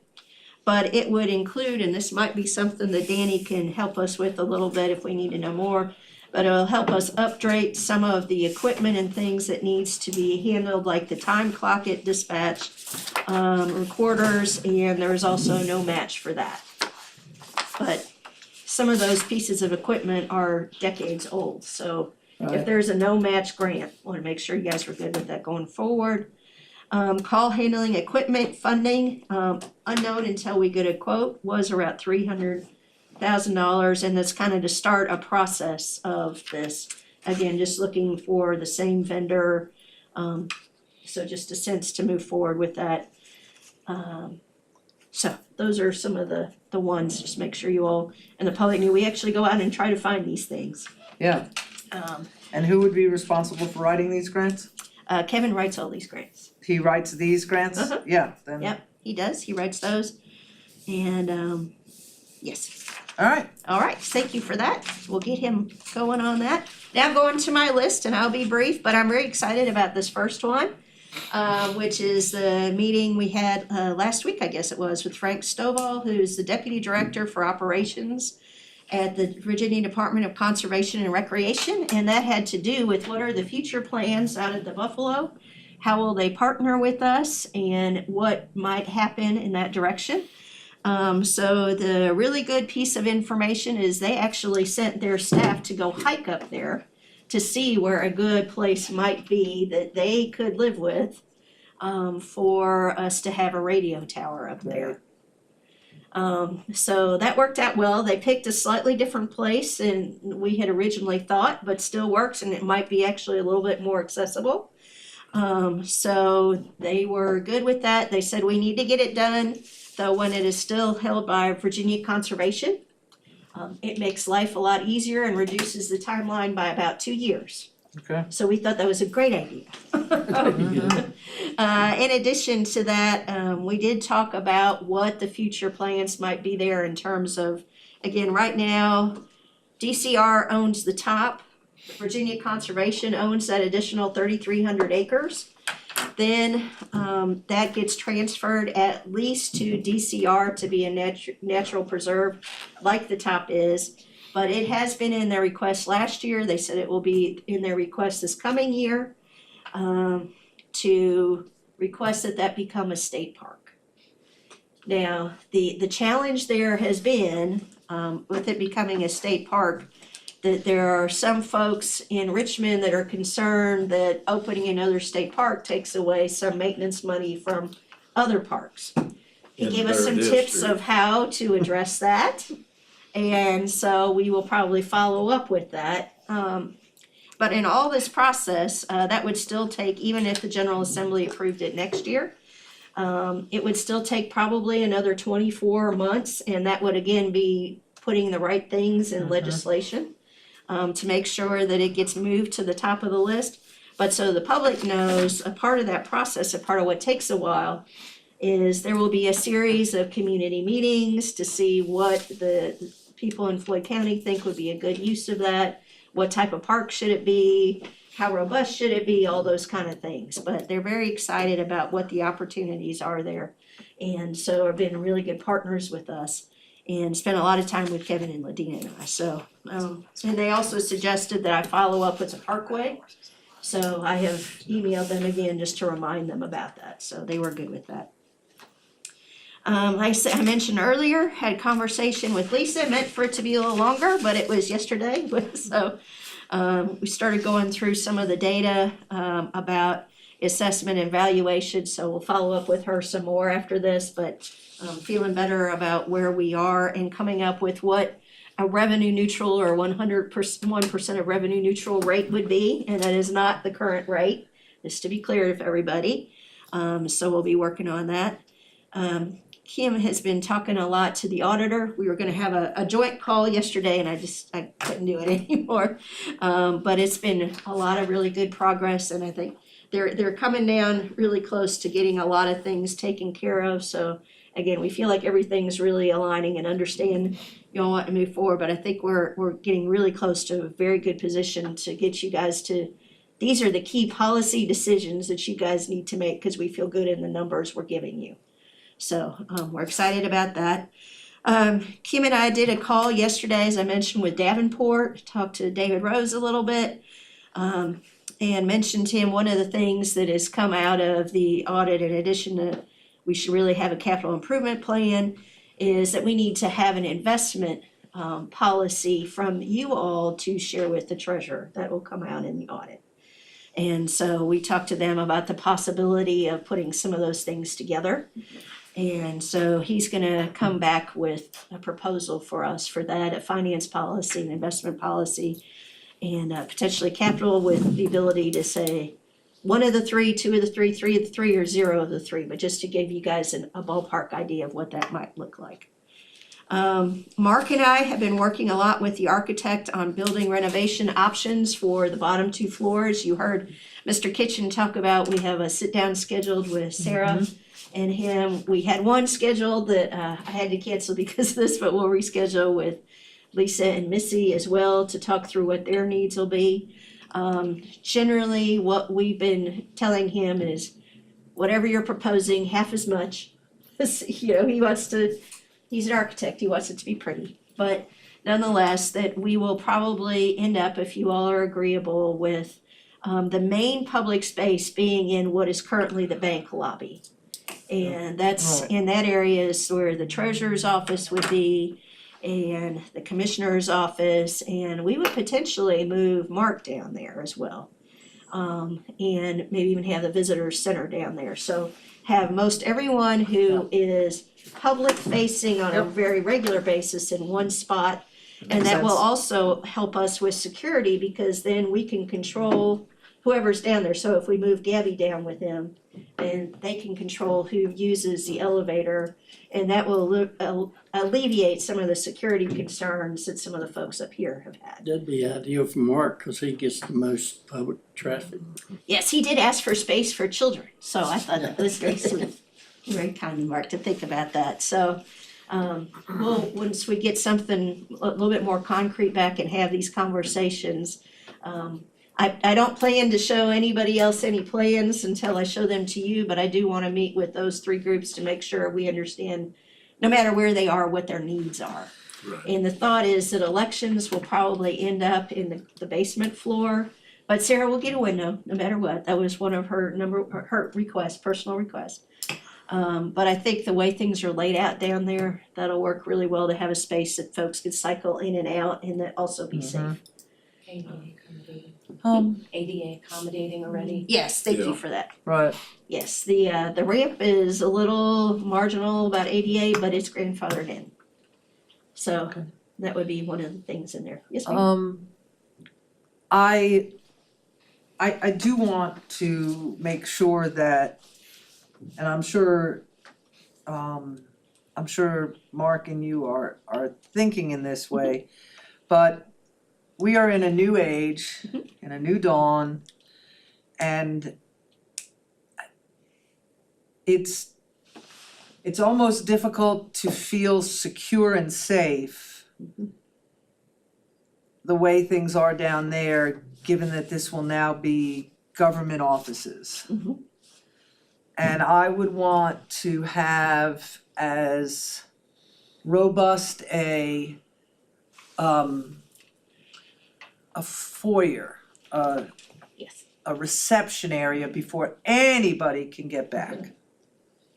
Yeah, and if I might, so one of the ideas, but I haven't floated with the two ladies yet, that we've had based on some of my previous experiences, we may very well look at building in some kind of spaces that people don't come to the individual's office, like people would not necessarily come to Carla's office, but they would come to a meeting room that's sole purpose is for members of the public to meet with staff where everybody can be seen, Right. be safe and Gotcha. all of that, so yes, I understand, cause people are, understandably concerned based on some things that have happened elsewhere, hopefully they would never occur here, Absolutely, but yeah, we have. Have to be prepared. yeah. Yeah, it's better to be prepared and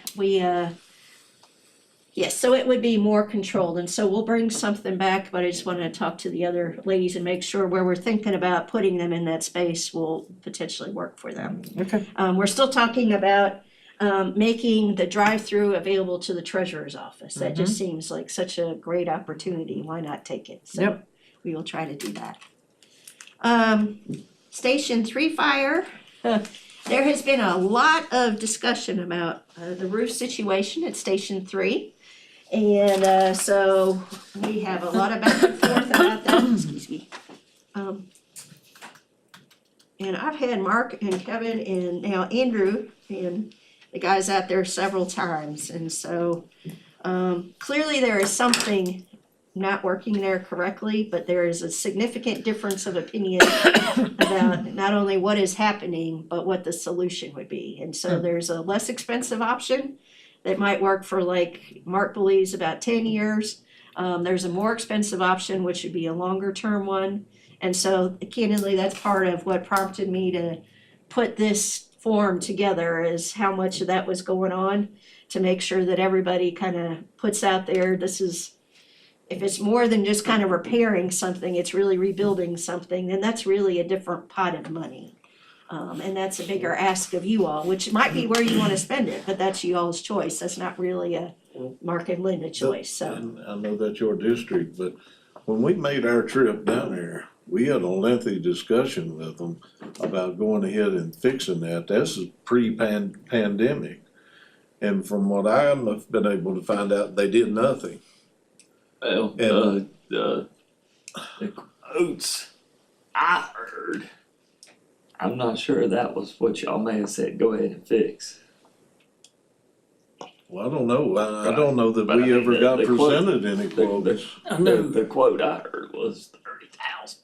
Well, I don't remember ever getting a I quote, but don't, it never got Yeah. to us. Okay. Jerry was talking about this the other day, when I was going to each station. We had a discussion with them, because they was pointing it out to us.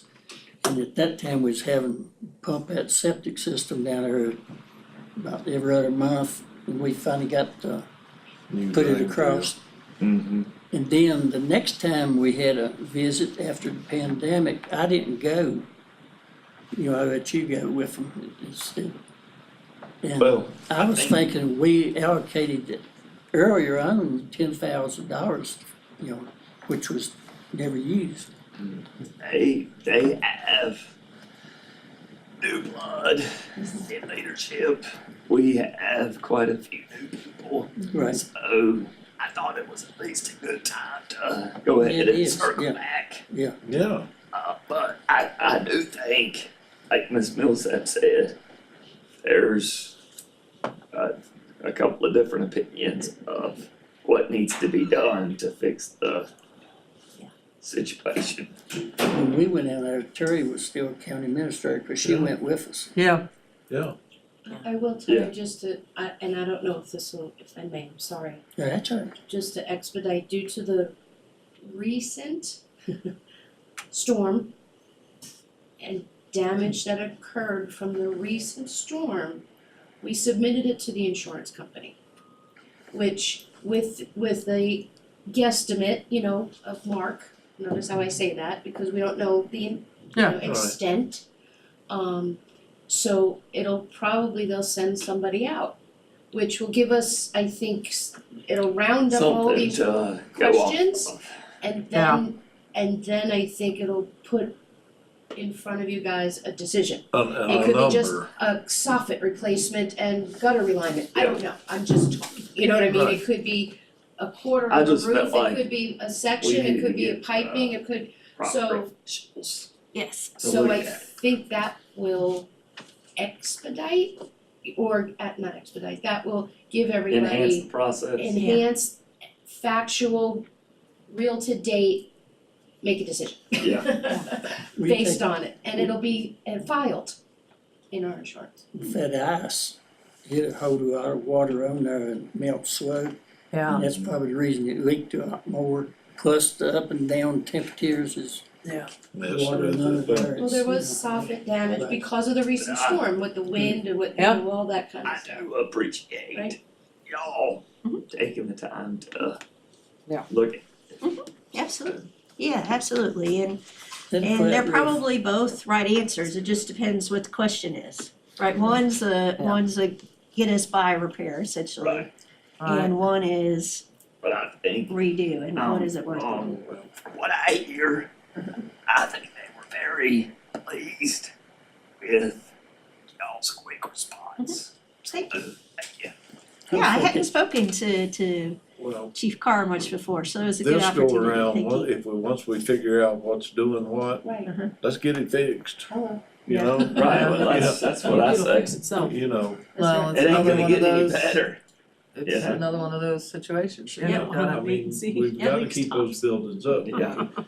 Fixing that roof is gonna be a whole lot cheaper than going out here building a whole new station. I wish they'd pass a law, you couldn't build a flat roof, it had to Yeah. have at least a 3-inch drop on it. Well, Every Yeah. flat roof Seriously. we got leaks. well, Yeah. if we'd have taken all the roof repairs from when I first went on the board in 1992 and piled it in a pile of money, we wouldn't have any flat roofs if I'd had my way. Yeah, we would have a slope on every one of them, yes. Hey, you know what? Could we put up, you know how we used to have our maps? You know, our Yes. county maps? Could we get them back up here?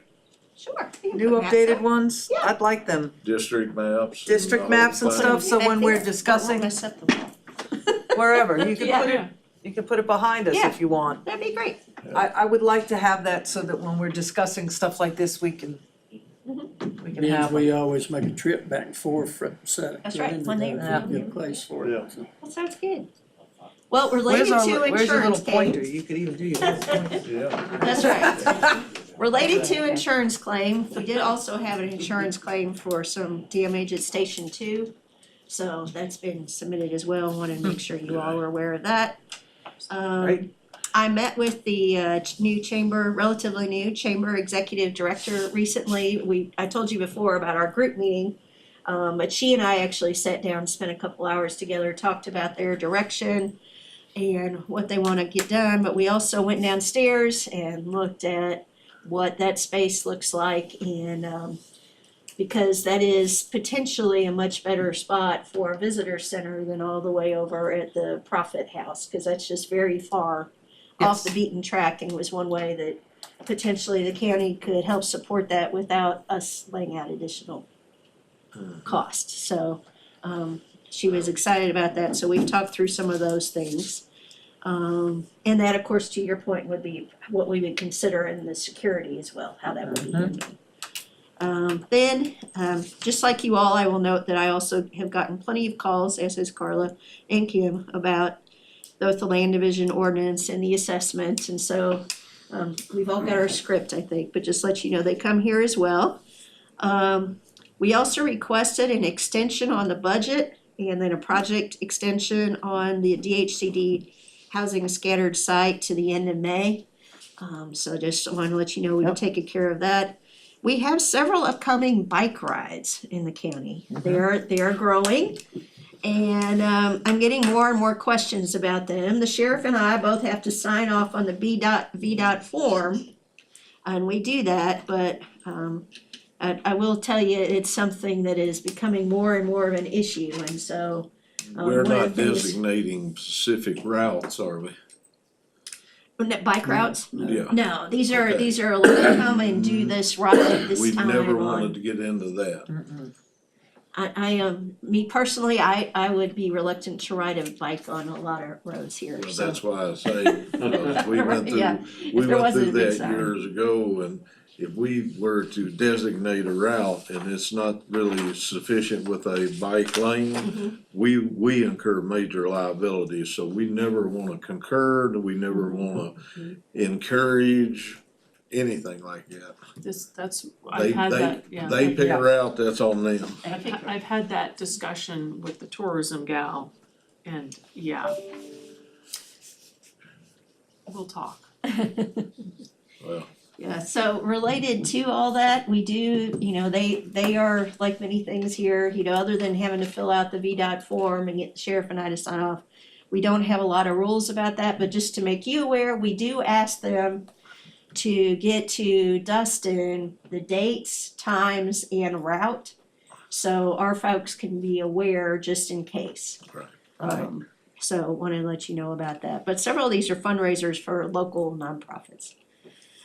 We do have, Kevin and I have a meeting scheduled with Floyd Fest the first part of April, to go over what their plans are for this coming year. And so just wanted to let you know about that. They've been continuing to update us as they're supposed to about their bans and all of that. Trash truck financing update. As you recall, we decided we had to go out to bid on this. I have so far, even though they've got a couple more days, I've already gotten 2 bids back. They are what I would have expected. So, we will move forward with that the day the hammer drops. One of the good things I learned out of this, good or bad, I guess, is that, it actually is not as expensive to just be, we're running it one time in the Roanoke Times. So while we had to pay $207, we didn't have to pay as much as we sometimes do. So, Kim did a really good job of coaching me about how to phrase it, so we fell in the $200 bucket, not the $700 bucket. Good. That's So we nice. will continue to pull that off as quickly as much as we can. I will tell you, in that conversation back and forth, I asked them about what has happened with the print edition of the Floyd Press. Cause nobody seems to get one, including if you can't get one, if Floyd Express can't get one, that kind of struck me as nobody can get one, and they report they can't get them. They said they get back with me, I haven't heard anything. I called Abby, who was our reporter, she has not returned a call. So I think that pretty much tells you what you need to know, unless they suddenly reappear. It's pretty much an online presence They reappeared in the only. mail last week to some people. And I know that they supposedly had some kind of printing press problem. But for 3 or 4 weeks. Yeah, that's I bad mean, for a newspaper. that's I mean, that's- yeah, but their online version wasn't updating either. no, Nothing was. during No. that period. Now, on the opposite side of that, you all may have seen that Cardinal News has now been approved to be a paper of record. They have not yet been approved in our area. That's up to our judge, so that's on the list, but nonetheless, that could become our paper of record instead of the Roanoke Times, if we wanted it to be. I thought It has to go through you're right, the legislation has opens to, it. yeah, Yes. right. But then Then the judges have judge- to allow it. I They got have to- you. They have the final say. They have the final say. I got you. That's right. So we are watching that and gonna try to encourage that to move along, because it's always better to have options. Yeah, absolutely. So let's see, with that, I think that is, God forbid, the end of the list. Did I forget anything, Kim? God, no? Oh, no. Absolutely not. And so I just started, because we've been trying to do better about making sure the public knows what issues are coming up in advance when we do know. That's why I went ahead and put on here.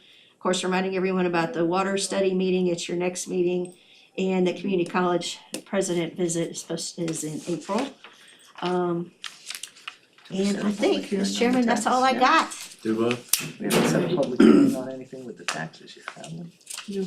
No, not Yeah. yet. So I guess Now, that's also where this public, entertain a moment or motion to go adjourn. So moved? Second? all right, on the motion to adjourn, Ms. Cookaboo, Yes. Mr. Booth, Yes. Ms. Bechtel, Yes. Mr. Cox, Yes. and Mr. Turnbull. Yes. All right.